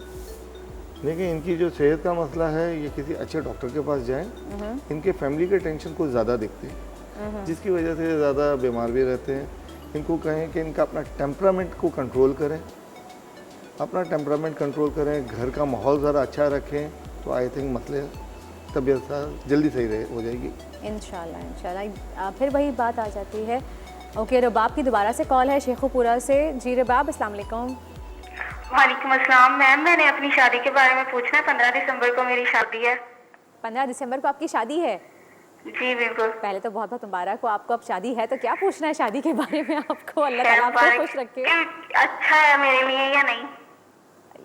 डेट सेट करने के बाद पूछिए। डेट सेट करने के बाद आप ये पूछ रही है, हमारी दुआएं हैं हमारी दुआएं आपके लिए, क्या ताला आपको हमेशा खुश रखे, आबाद रखे अपने घर में। लेकिन ठीक है, फिर भी हम आपको देख के बताते हैं कि आप क्या क्या एहतियात कर सकती हैं अगर खुदा न खास्ता कुछ आता है तो। लेकिन जी तो बाब देखिए, शादी का जो आपका है मसला, शादी तो आपकी हो सकती है, होगी इंशाल्लाह। 15 को है माशाल्लाह से, इंशाल्लाह होगी इंशाल्लाह। लेकिन आप जो एक डोमिनेटिंग नेचर रखती हैं अपना, इसको थोड़ा सा आपको कम करना पड़ेगा। जहाँ हर जगह अपनी चलाना, रोब में रख सबको अपना इन्फ्लुएंस में लेना, थोड़ा सा ये आपको कम करना पड़ेगा, तो आपकी परेशानियाँ नहीं होंगी। इसलिए कि आप होशियार तो बहुत हैं, समझदार हैं, लेकिन थोड़ा सा आप एग्रेसिव हैं। और एग्रेसिव लड़की जब बहुत ज़्यादा किसी नए घर में जाती है तो उसको समझने में हर चीज़ बहुत टाइम लगता है।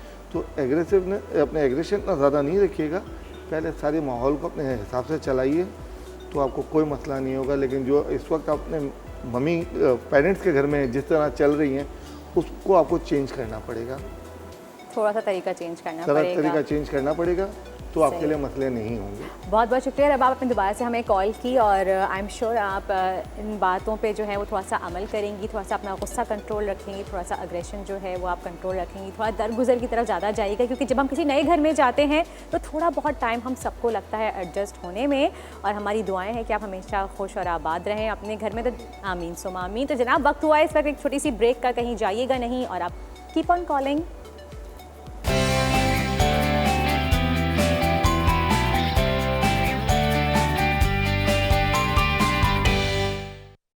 Welcome back after the break. और चल के देखते हैं कि खीर कहाँ तक पहुँची है। अच्छा जी, खीर देखिए हमारी थिक हो गई है। मैं एक दफ़ा और बता दूं, मैंने 1 लीटर दूध लिया था, 1/4 कप मैंने इसमें चावल लिए और मैंने इसके अंदर ब्राउन शुगर ली 1/2 कप। ठीक है, अब मैं इसके अंदर ऐड कर रही हूँ, हमारी खीर डन है ऑलमोस्ट। अच्छा, कंडेंस मिल्क ऐड कर रही हूँ, ये आप अपने फ्लेवर के हिसाब से भी ऐड कर सकते हैं, आपको जितना मीठा चाहिए हो, कम या ज़्यादा। इसके साथ इसमें जा रहा है मिल्क पाउडर, ये हम तकरीबन 4 टेबल स्पून ऐड कर रहे हैं, इससे बहुत अच्छा फ्लेवर भी आएगा। ठीक है, और ये क्योंकि घर में हमारे अवेलेबल होता है तो इससे बहुत अच्छा रहता है। ठीक है, अभी हमने मिक्स कर दिया, हमारी खीर जो है वो डन हो गई है। इसको हम अच्छे से मिक्स कर लेंगे और उसके साथ अब हम बना रहे हैं पूरियाँ। तो पूरियों के लिए मैंने क्या किया था, आटा गूंद लिया था, उसमें मैंने सिर्फ मैदा लिया 1/2 kg, उसके अंदर मैंने क्या नाम है 2 टेबल स्पून घी ऐड करा गूंदने के दरमियान, और इसमें सॉल्ट आप अपने हस्बे ज़ायका ऐड कर सकते हैं। इसको मैंने आराम से पानी से गूंद लिया, नीम गर्म पानी से, और सॉफ्ट गूंदा। ठीक है, इसके मैंने पेड़े बना लिए, आप देख सकते हैं ये छोटे छोटे बॉल्स बना लिए, उसको ऑयल लगा के रख दिया। इससे क्या होगा कि ये बहुत जल्दी ख़मीर हो जाता है, और जितना ख़मीर होता है उतनी अच्छी हमारी पूरियाँ बनती हैं। ठीक है, अच्छा खीर हमारी डन है, हम इसको बंद कर देंगे और इसको अब हम प्लेटिंग के लिए निकालेंगे। लेकिन साथ पहले ही हम जो है हमारी पूरियाँ बना लेते हैं। मैंने ऑयल जो है वो गरम करने रख दिया है। ठीक है, और बहुत इजी तरीके से आप लोग को पूरियाँ बनाना बताएंगे। जो बड़ा मसला होता है ना हमारी ख़वातीन को, यार गोल नहीं बन रही, कोई मसला नहीं, गोल नहीं बन रही तो कोई इसमें बड़ी बात नहीं होती है। कोई आप बताएं, गोल रोटी ज़रूरी होती है, खाना तो वही हमें तोड़ के ही है ना, उसको खाना तोड़ के ही है ना भाई। आप पूरियाँ बनाएं, जब तक एक और बहन मौजूद है हमारे साथ, नौरीन कराची से बात करते हैं। हेलो, अस्सलाम वालेकुम। वेलकम सलाम वर्दा, थैंक यू वेरी मच। मैंने गिफ्ट विन किया था और मुझे वो रिसीव हो गया है। चलें जी, बहुत बहुत शुक्रिया, बहुत बहुत मुबारक हो आपको। थैंक यू वर्दा, बहुत शुक्रिया। नहीं, यू आर मोस्ट वेलकम। आप हमारे लिए बहुत रिस्पेक्टेबल हैं। आप लोग हमारा शो देखते हैं, अपने कीमती वक्त में से आप टाइम निकालते हैं, हमें कॉल्स करती हैं, हमें बहुत अच्छा लगता है। कोई सवाल करना चाहेंगी जाफ़र साहब से? जी वर्दा, मुझे पूछना ये है कि मैं बहुत से काम करना चाहती हूँ, तो मैं क्या काम मेरे लिए सूट करेगा जो मैं घर बैठ के मतलब कर सकती हूँ? खाना पकाने का या कोई और सेलिंग वाला, क्लोथ वगैरह में जाऊँ, किस चीज़ में जाऊँ? नाम क्या? आपका पूरा नाम क्या है? नौरीन? नौरीन लाइन ड्रॉप हो गई। नौरीन इनका नाम है, कराची से ताल्लुक़ है इनका, और ये घर बैठे कोई काम करना चाह रही हैं।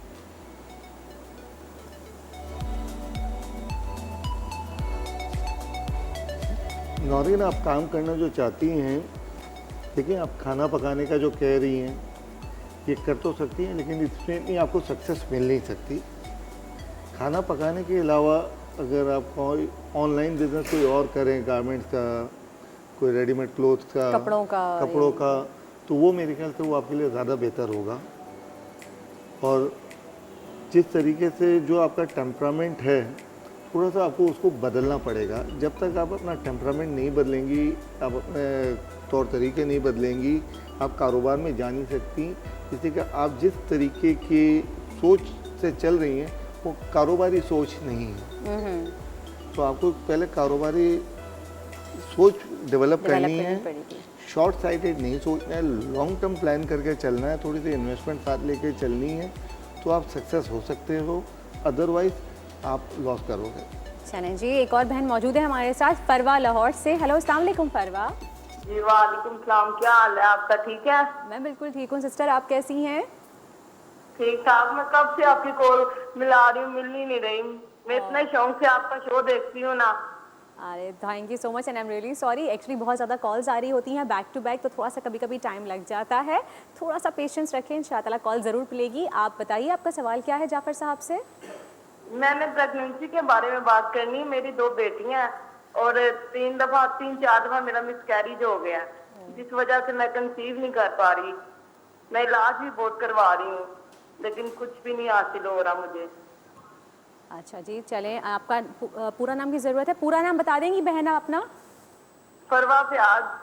फरवा फयाज, हाँ जी। चलें जी, बहुत बहुत शुक्रिया आपकी कॉल का फरवा, बिल्कुल आपको अभी जवाब देते हैं आपके कार्ड्स देख के।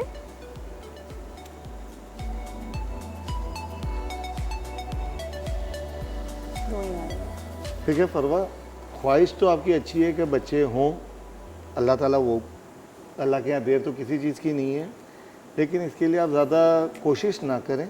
जो मेरा मशवरा है, देने वाला अल्लाह ताला की ज़ात है, लेकिन अगर अल्लाह ने 2 ही दिए हैं तो 2 पे ही फ़िलहाल रखें। लेकिन मुझे नहीं लगता कि 2 से ज़्यादा बच्चे आपके लिए भी फिजिबल हों लॉन्ग टर्म फैमिली प्लानिंग के लिए। तो और आगे जो दिख रहा है वो ऐसा दिख रहा है कि फैमिली प्लानिंग पे आप ज़्यादा चलें तो आप मैनेज कर सकती हैं, अदरवाइज़ आपका दिल दुखेगा, दिल टूटेगा आगे जाके अगर आप ज़्यादा बच्चों पे गई तो मेरी बहन अल्लाह की रज़ा में राज़ी हुए, अगर अल्लाह ने आपके नसीब में 2 बेटियां ही अपनी रहमतें लिखी हैं तो उसी पे शुक्र अदा करिए और कोशिश कीजिए कि दुआ कीजिए अल्लाह ताला से कि अल्लाह ताला इन्हीं को जो है वो उम्र दराज करे, लंबी उम्र दे, नसीब अच्छा करे इनका और इसी में खुश रहें। हमें नहीं पता होता, हम बाज़ औक़ात जो है वो अपनी ख्वाहिशात रखते हैं, लेकिन हमें नहीं पता होता कि हमारे नसीब में क्या बेहतर है क्या नहीं। वो सिर्फ़ जो है हमारे रब ताला की ज़ात को पता होता है कि वो हमारे लिए हक़ में जो अच्छा होता है हम नहीं समझ पाते। और यकीन जानिए बेटियां जो हैं वो बड़ी प्यारी होती हैं और अल्लाह ताला की रहमत होती हैं। आप बहुत खुश नसीब हैं, जिसकी पहली औलाद बेटी होती है वो औरत बहुत खुश नसीब होती है। एक और कॉलर मौजूद है हमारे साथ। हेलो, अस्सलाम वालेकुम। वालेकुम अस्सलाम, कैसी हैं वर्दा आप? मैं बिल्कुल ठीक हूँ। रुखसाना आप कैसी हैं? लाहौर में तो ठंड हो गई होगी काफ़ी, ठीक ठाक? जी जी, मैंने अपने बारे में सवाल करना है। जी जी, आप सवाल कीजिए। जी, मैं पूरा नाम मेरा है रुखसाना बीबी। रुखसाना? रुखसाना बीबी। रुखसाना बेदी? बीबी। जी जी, अच्छा सही। BI बीबी। अच्छा बेदी। और आपका सवाल क्या है? रुखसाना बीबी। रुखसाना बेजी, और सवाल बता दीजिए अपना। जी, मैंने अपने बारे में पूछना था कि मैं छोटी छोटी बातों पर ना बहुत टेंशन लेती हूँ, डिप्रेस्ड हो जाती हूँ बहुत जल्दी। आप दोबारा सवाल कीजिए, समझ नहीं आया। आपको आया? अच्छा जी। टेंशन लेती हैं? टेंशन बहुत लेती हैं आप? जी जी, डिप्रेस्ड हो जाती हूँ छोटी छोटी बातों में ना बहुत। ये सबसे बड़ा मसला होता है जो हमारी सेहत पे भी असर करता है। आप हमारा शो देखती हैं तो आपको पता होगा, इस पे मैं बहुत हम लोग बात करते हैं। चलिए जी, बिल्कुल ऐसे ही जी। रुखसाना, आप जो लेडी हैं ये एक अथॉरिटी वाली लेडी हैं, और आप जो टेंशन ले रही हैं ये आपको एक शॉर्ट साइटेड टेम्परामेंट का प्रॉब्लम हो रहा है। इसका कोई बीमारी नहीं है, ये इसकी कोई ऐसी वजह नहीं है, कोई ऐसा फैमिली में कोई इश्यूज़ होते हैं जिसकी वजह से ये आपने पहले नहीं लेती थी, अब लेना शुरू की है। अगर ये आपने ख़त्म नहीं हुआ तो ये आपको परेशानी ज़्यादा बढ़ेगी। मेरा मशवरा है कि आप दुरूद शरीफ डेली पढ़ें, जितना ज़्यादा से ज़्यादा हो सकता है पढ़ें, और भी फजूल चीज़ों के अंदर अपने दिमाग ना डालें, इसलिए कि जितनी फजूल चीज़ों में आप दिमाग डालेंगी आप इतना ज़्यादा परेशानी में आएंगी, और दुरूद शरीफ जितना ज़्यादा आप पढ़ेंगी आप इतने जल्दी सही होंगी इंशाल्लाह ताला। और छोटी छोटी चीज़ों को अपने ऊपर हावी ना करें, वरना आप खुदा ना खास्ता सेहत आपकी ख़राब ज़्यादा हो सकती है, नुकसान उठा सकती हैं सेहत में। और अगर आपके बच्चे हैं तो आप बच्चों का स्पेशल केयर करें, जितना ज़्यादा से ज़्यादा हो सकता है उनका केयर करें। सही, बहुत बहुत शुक्रिया जाफ़र साहब आपका, हमारे शो में आए आज और आपने इतने सवालों के जवाब दिए। थैंक यू सो मच, बहुत बहुत शुक्रिया। फिर दोबारा अगले हफ्ते में आपको जो है वो थोड़ी सी जहमत देंगे। और thank you so much Muniza, इतनी ज़बरदस्त आपने खीर बनाई और मीठा बना है, तो मैं क्यों ना जो है वो खुशी की खबर जो है वो अनाउंस कर दूं, जो कि मैं बता रही थी आज स्टार्ट में कि एनेक्स के विनर कौन हैं। और एनेक्स की विनर है हमारी आज की, जिन्होंने हमें सवाल का जवाब सही दिया, वो हैं अमरीन फ्रॉम कराची। मुबारक हो अमरीन, बहुत बहुत मुबारक हो आपको, आपने एनेक्स का जो है वो गिफ्ट हैम्पर जीत लिया है। और इसी खुशी में हम जो है वो ब्रेक लेते हैं और खीर खाते हैं। मिलते हैं आपसे छोटे से ब्रेक के बाद।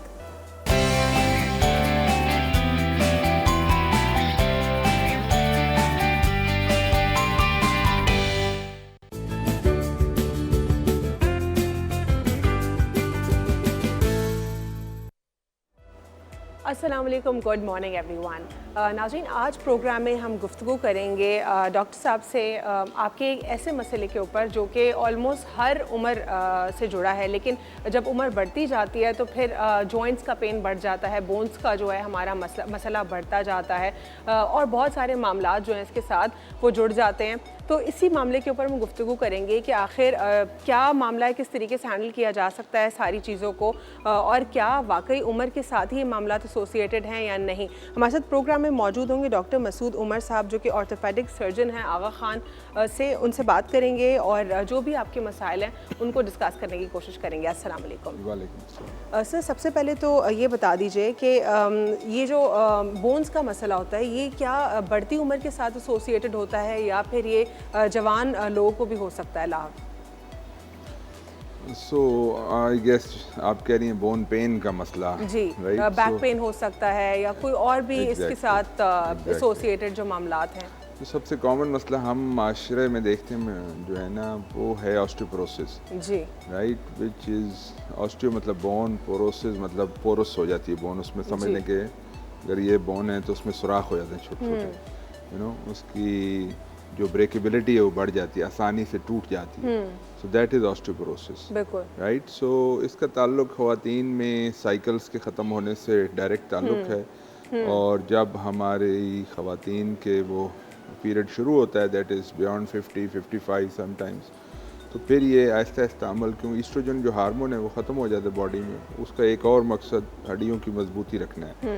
तो अगर वो ख़त्म हो जाता है बॉडी में तो फिर बोन्स आहिस्ता आहिस्ता वीक होना शुरू होती हैं और बोन पेन्स शुरू होते हैं। जो आपने सवाल किया, वो बोन पेन्स, बैक एक भी हो सकता है, ये हड्डियों में दर्द। जॉइंट पेन पर्टिकुलरली क्या होता है, ज़रा ये ब्रीफ कर दीजिए।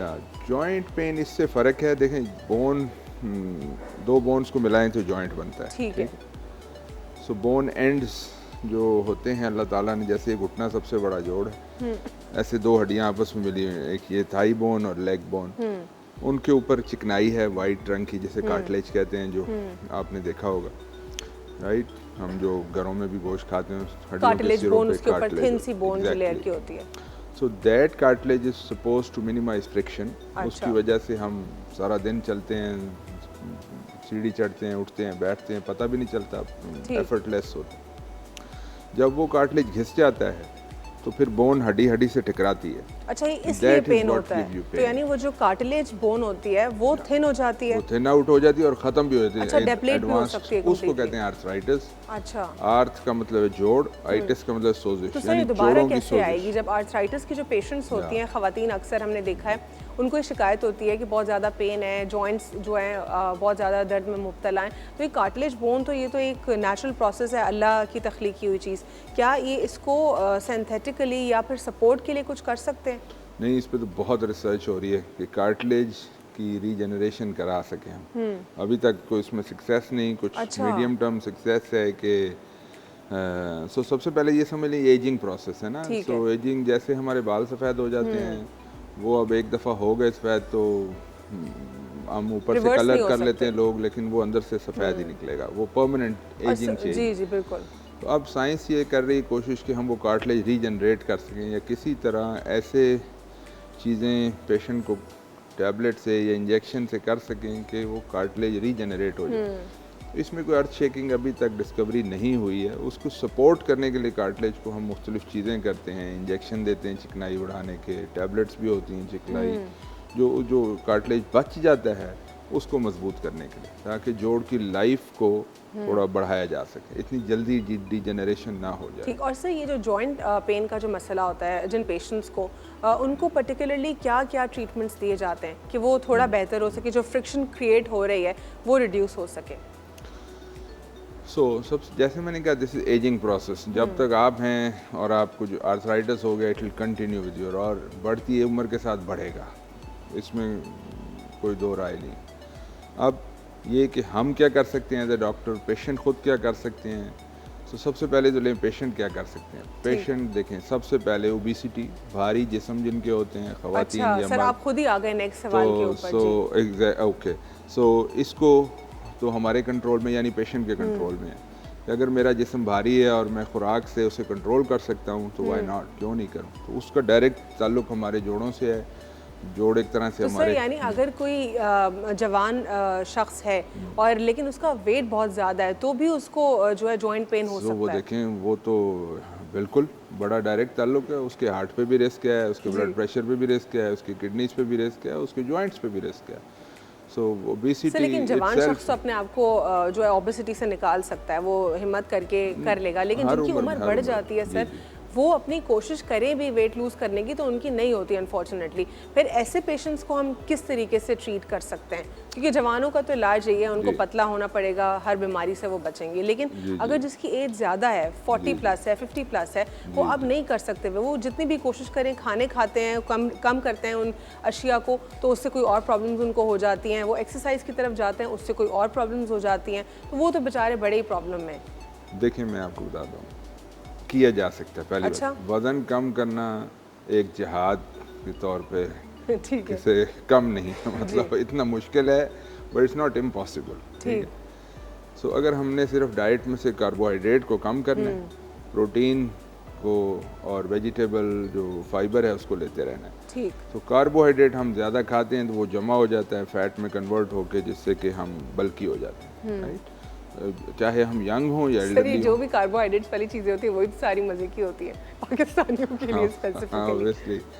मैंने कहा ना कि उसमें सेल्फ रिस्ट्रेंट बहुत ज़्यादा है, आपको जिहाद है वाकई, अपने नफ्स के साथ ज़्यादा नहीं खाना, अलग करना पड़ता है। जो डिलीशियस फूड हैं, जैसे आप कह रही हैं पाकिस्तानी हमारे कल्चर में, बट किया जा सकता है। सब वेट बढ़ने को यूँ बढ़ जाता है और जब लूज़ करते हैं तो बहुत एफर्ट लगती है।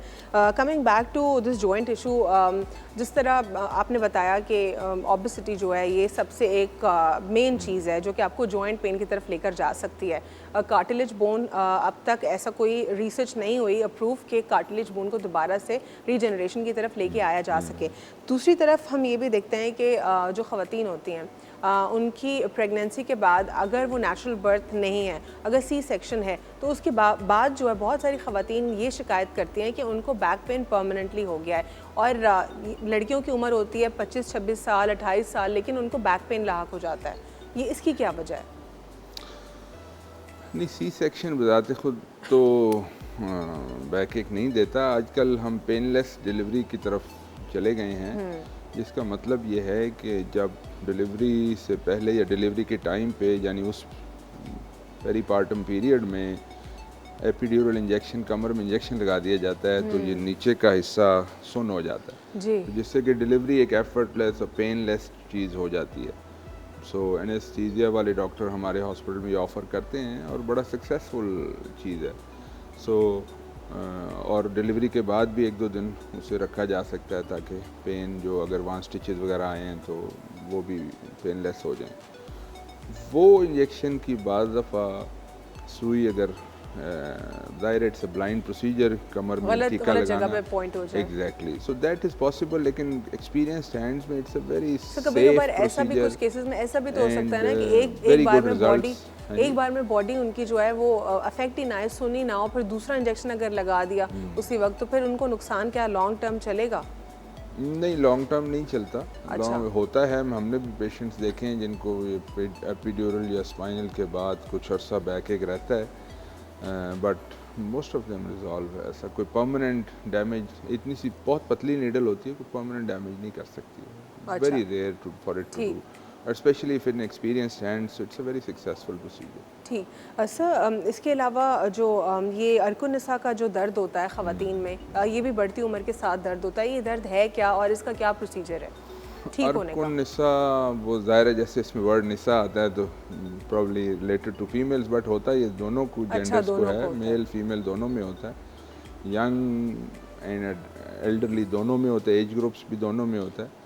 सो अर्कुनिसा ये है, आम ज़बान में समझें कि डिस्क जो कमर में मोहरों के दरमियान जो नरम जेली लाइक मटेरियल जिसको डिस्क कहते हैं हम आम ज़बान में, वो फट जाता है और उसमें साथ में नसें निकल के हराम मगज़ से जा रही होती हैं।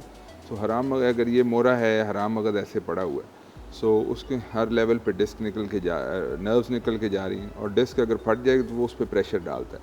So if my nerve is coming, वो नीचे से उतर के आ रही है कमर से, तो जहाँ जहाँ वो नस जाएगी वो मुझे दर्द होगा। अगर वो टांग की नस है तो टांग में दर्द होगा, बाद लोगों को इवन सर्वाइकल गर्दन में होता है तो बाजू में दर्द आता है बड़ा शदीद। तो वो बाजू की डिस्क की प्रॉब्लम यानी गर्दन की डिस्क की प्रॉब्लम की वजह से, बाजू में कमर की डिस्क की प्रॉब्लम से एक टांग या इवन ज़्यादा हो तो लोगों को दोनों टांगों में फिर प्रॉब्लम बढ़ जाती। So this is in short Arkunisa, disc problem या डिस्क डिजेनरेशन या डिस्क प्रोलैप्स जो नस पे प्रेशर डालता है उसको कहते हैं अर्कुनिसा, और टांग में दर्द का आना। ठीक है सर, कंटिन्यू करेंगे अपनी गुफ्तगू को, लेकिन छोटा सा वक्फा लेना है, उसके बाद गुफ्तगू से सिलसिला जारी रखते हैं आफ्टर शॉर्ट ब्रेक।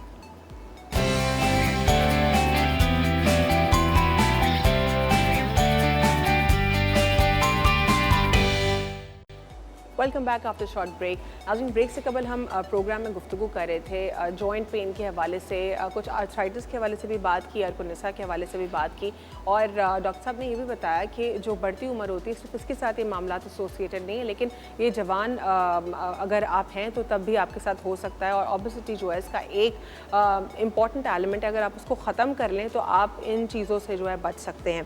डॉक्टर साहब, ट्रीटमेंट ऑफ आर्थराइटिस क्या क्या है ये ज़रा बता दीजिए। वो जो हम बात कर रहे थे जब वहीं से कंटिन्यू करते हैं कि कार्टिलेज रीजनरेशन के बहुत एफर्ट्स हो रही हैं, ठीक है। उसमें स्टेम सेल का आपने नाम सुना होगा, आजकल बहुत कॉस्मेटिक प्रोसीजर्स में भी आ गए, बालों की रीजनरेशन के लिए, बालों के लिए भी, डेंटिस्ट्री में भी आ गया है। सो ऑर्थोपेडिक्स में उसका जॉइंट्स में रोल है, बट कोई अर्थ शेकिंग रोल नहीं है, ठीक है। हम भी अपने हॉस्पिटल में PRP इंजेक्शंस देते हैं, वो आपके ब्लड से प्लाज्मा निकाल के उसमें रिच प्लाज्मा निकाल के वो इंजेक्ट करते हैं। ज़्यादा मकसद उसका जो कार्टिलेज बच गया है उसको मजबूत करना है, उसकी न्यूट्रिशन प्रोवाइड करना है, ठीक।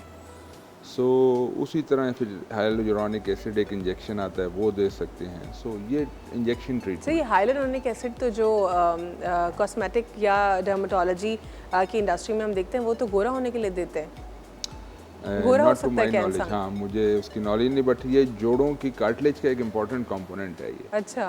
उसकी न्यूट्रिशन का इम्पॉर्टेंट, उसके सेल्स की स्ट्रक्चर जो यानी प्रोटीन्स में वो होते हैं, जो मैट्रिक्स में सेल्स बैठे होते हैं, उसका एक इम्पॉर्टेंट स्ट्रक्चर है हाइलुरोनिक एसिड, प्रोटियोग्लाइकेंस और भी चीज़ें। सो दोबारा ट्रीटमेंट की तरफ आएँ तो इसी की टैबलेट्स भी आती हैं। सो ग्लूकोसामीन, कॉन्ड्राइटिन, हाइलुरोनिक एसिड, इस तरह की चीज़ों की टैबलेट्स भी आती हैं जो हम यूज़ करते हैं for nutrition to the joint. वो दवाइयाँ नहीं कहते, उनको न्यूट्रासूटिकल्स कहते हैं। अच्छी बात यह कि उनका कोई फ़ायदा नहीं है, उनका कोई नुकसान नहीं है, I am sorry. So side effect नहीं है। सो मेरी रिक्वेस्ट व्यूअर्स से यही होगी कि पेन किलर्स ना लें। Long term painkillers are very detrimental, आपका एसिडिटी बढ़ाते हैं, आपकी किडनी पे इफेक्ट आते हैं, आपका ब्लड प्रेशर बढ़ाते हैं। अच्छा। So paracetamol is the first recommendation. उसके बाद सिलेक्टिव पेन किलर ज़रूर आते हैं जो एसिडिटी को बाईपास करते हैं, लेकिन उनका भी कुछ ना कुछ लॉन्ग टर्म किडनी पे इफेक्ट। सो ये चीज़ें जो nutraceuticals are much more preferable than taking painkillers. फिर इंजेक्शन की ट्रीटमेंट है, और लास्टली जब आर्थराइटिस बहुत बढ़ जाए, एज भी ज़्यादा हो जाए 50+, 60+, तो फिर हम सर्जरी ऑफ़र करते हैं। हमारे हॉस्पिटल में तकरीबन 5 सर्जन हैं जो ये जॉइंट रिप्लेसमेंट सर्जरी करते हैं। सर, लोग सर्जरी से काफ़ी घबराते हैं, डर रहे होते हैं। हाँ, वो ऑब्वियसली बिल्कुल नेचुरल बात है कि किसी को भी सर्जरी का ऑफ़र करें तो वो ज़ाहिर है एक ह्यूमन इंस्टिंक्ट है, वो इस तरफ नहीं जाना चाहते। लेकिन ये तकरीबन 90 से 95% सक्सेसफुल ऑपरेशन है। आज से नहीं, हम तकरीबन 30 साल से अपने हॉस्पिटल आगा खान यूनिवर्सिटी में कर रहे हैं। हम इस सर्जरी के ब्रांड लीडर्स हैं। पाकिस्तान में जब ये शुरू हुई थी सर्जरी, तो यहाँ इस हॉस्पिटल में शुरू हुई।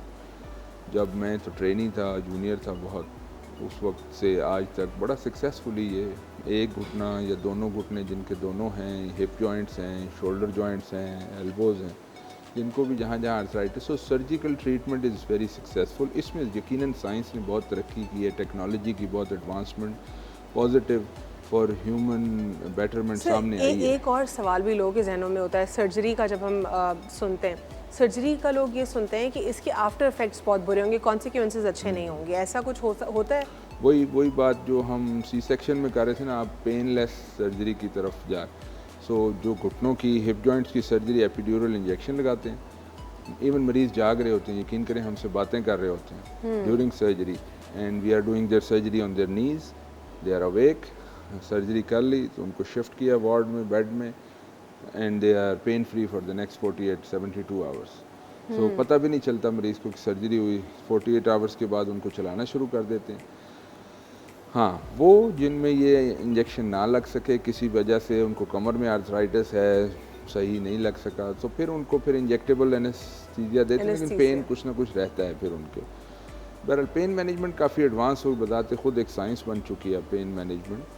ऑपरेशन के बाद की पेन मैनेजमेंट उसका एक सबसेट है जो काफ़ी इफेक्टिवली हमारे हॉस्पिटल में ये मोडालिटीज़ अवेलेबल हैं। मरीज़ को पेन फ्री कैसे रखा जाए ऑपरेशन के बाद। सर, आपने ये भी बात की कि लॉन्ग टर्म आपने नहीं लेने पेन किलर्स, लेकिन हम ये भी देखते हैं जिनको भी जॉइंट पेन होता है या उनको हड्डियों के मामलात या मसाइल होते हैं, उनको मेजॉरिटी डॉक्टर्स पेन किलर्स ही रेकमेंड करते हैं कि आपने ये खाना है, इससे आपका दर्द खत्म होगा। तीन पेन किलर हम देखते हैं अपनी प्रिस्क्रिप्शन में जो बार। सो ऑब्वियसली मेडिकल कम्युनिटी में भी CME की ज़रूरत है, upgradation of knowledge and improvement in knowledge की ज़रूरत है, जनरल प्रैक्टिशनर लेवल पे भी और जूनियर कंसल्टेंट लेवल पे भी। मेडिकल और लॉ ये दो ऐसी फ्रेटर्निटीज़ हैं जिस पे कांस्टेंट स्टडी दरकार होती है। एग्जैक्टली, आपकी बात सही है। लेकिन देखें, हमारा इस प्रोग्राम के तवज्जुह से मैसेज ये क्लियर जाना चाहिए कि pain killer is not the permanent solution and it has consequences. This is something really important. Consequences कि GI पेट में ब्लीड हो सकता है, अल्सर बन सकता है, वो ब्लीड कर सकता है। और किडनी इतना वाइटल ऑर्गन है, अगर किडनी को डैमेज शुरू हो जाए, क्रिएटिनिन बढ़ना शुरू हो जाए, यानी सर एग्जैक्टली तभी ये लोग ये शिकायत करते हैं। जी बिल्कुल। सो ये तो सब लोगों को मैसेज क्लियर चला जाए कि पेन तो सर वो क्या करें जब उनको बहुत दर्द हो रहा है?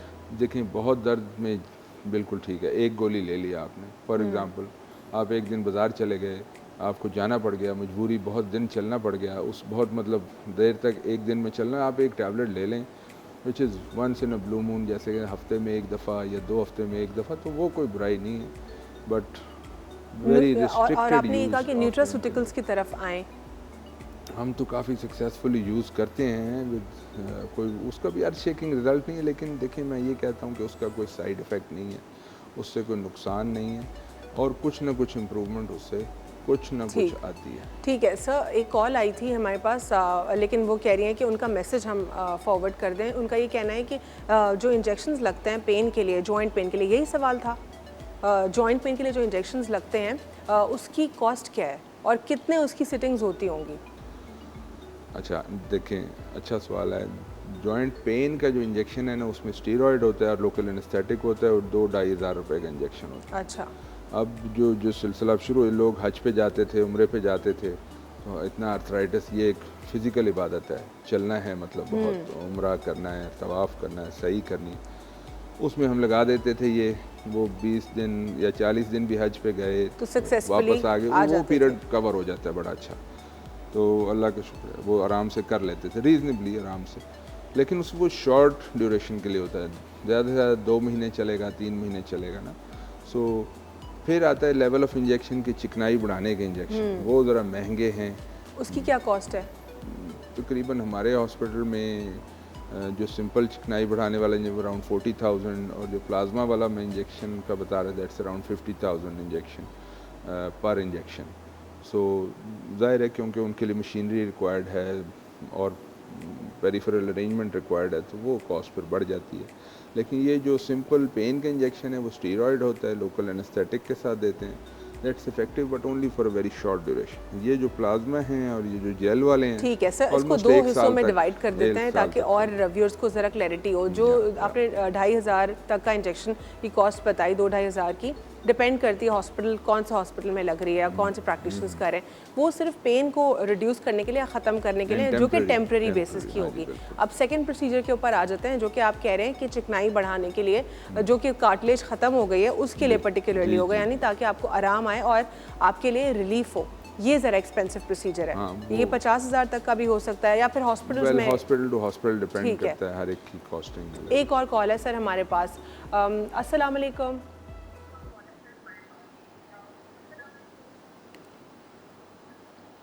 अपने टीवी का काइंडली वॉल्यूम कम रखिए प्लीज़। अस्सलाम वालेकुम। जी अस्सलाम वालेकुम सलाम।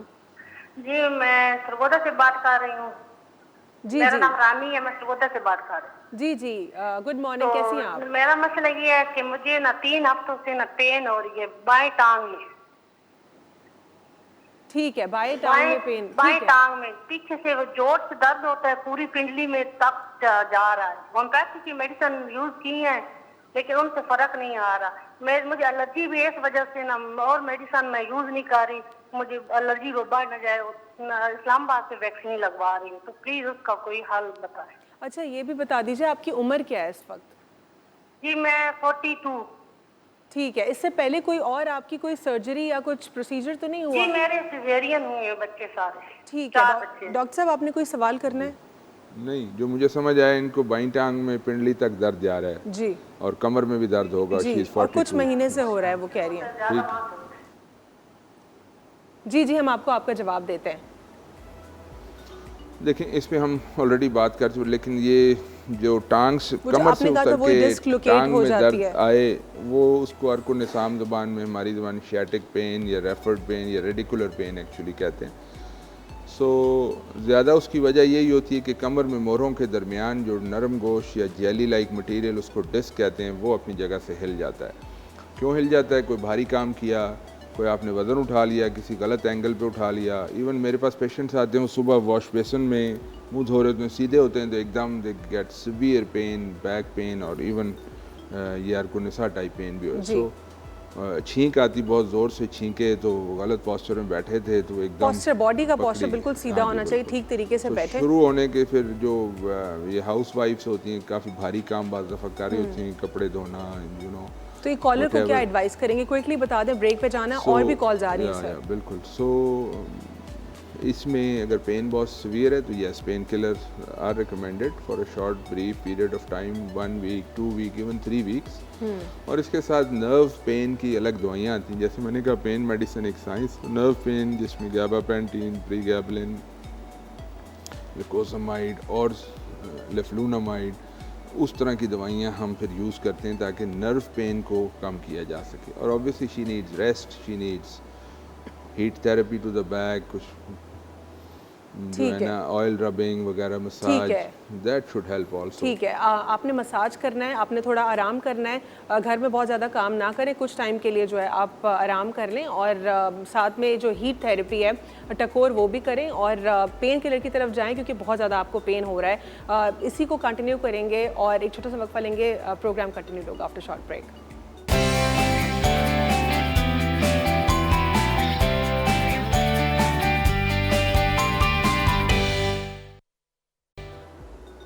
ब्रेक के बाद एक बार फिर खुशामदीद। ब्रेक से कबल सरगोदा से एक कॉलर की कॉल आई और उनका ये कहना था कि उनको कुछ माह से बहुत ज़्यादा पेन है और स्पेसिफ़िकली एक ही टांग में बहुत ज़्यादा दर्द है और उनका बिल्कुल वो रिलीफ उनको नहीं मिल रहा है, वो क्या करें इस पर। तो उनके लिए जवाब डॉक्टर साहब ने ये दिया कि आपने आराम करना है क्योंकि बहुत ज़्यादा काम इस वक्त नहीं करना, बॉडी पोस्चर करेक्ट रखना है। यानी आपने अगर कोई नमाज़ पढ़नी है तो उसका पोस्चर आपने देखना है कि कैसे पढ़ रही हैं आप, या उठना बैठना है आपने उसका ख्याल रखना है, कैसे आपने उठना है, कैसे बैठना है। अपनी बॉडी के पोस्चर को ख़राब ना करें, मसाज करें, गरम जो है जो हीट पैड होता है उससे सिकाई करें। और एक और हमारे पास कॉल है, उनको भी प्रोग्राम में शामिल करते हैं। अस्सलाम वालेकुम। जी शमीम, वालेकुम सलाम। ये मेरी मदर है, इनके साथ मसला है, एज है इनकी 65 जी ठीक है। इनको भी ऑस्टियोपोरोसिस है। शमीम प्लीज़ टीवी का वॉल्यूम कम कर लीजिए।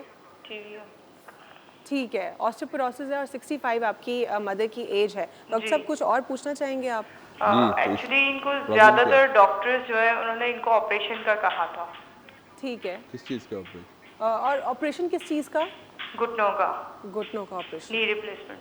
ठीक है जी डॉक्टर साहब एनी क्वेश्चन? सवाल क्या है इनका सवाल ये है। अच्छा ठीक है, सवाल बीच में इनकी ये कंडीशन थी आज से कोई 6 महीने साल पहले के ये व्हील चेयर पे आ गई थी कि इनके इतनी ज़्यादा सिवियर पेन थी कि चल फिर नहीं सकती थी। तो रेमाटोलॉजी इनके डॉक्टर हैं उन्होंने इनको रिकमेंड किया एक्लास्टा इंजेक्शन जो है 3,85,000 का। ठीक है,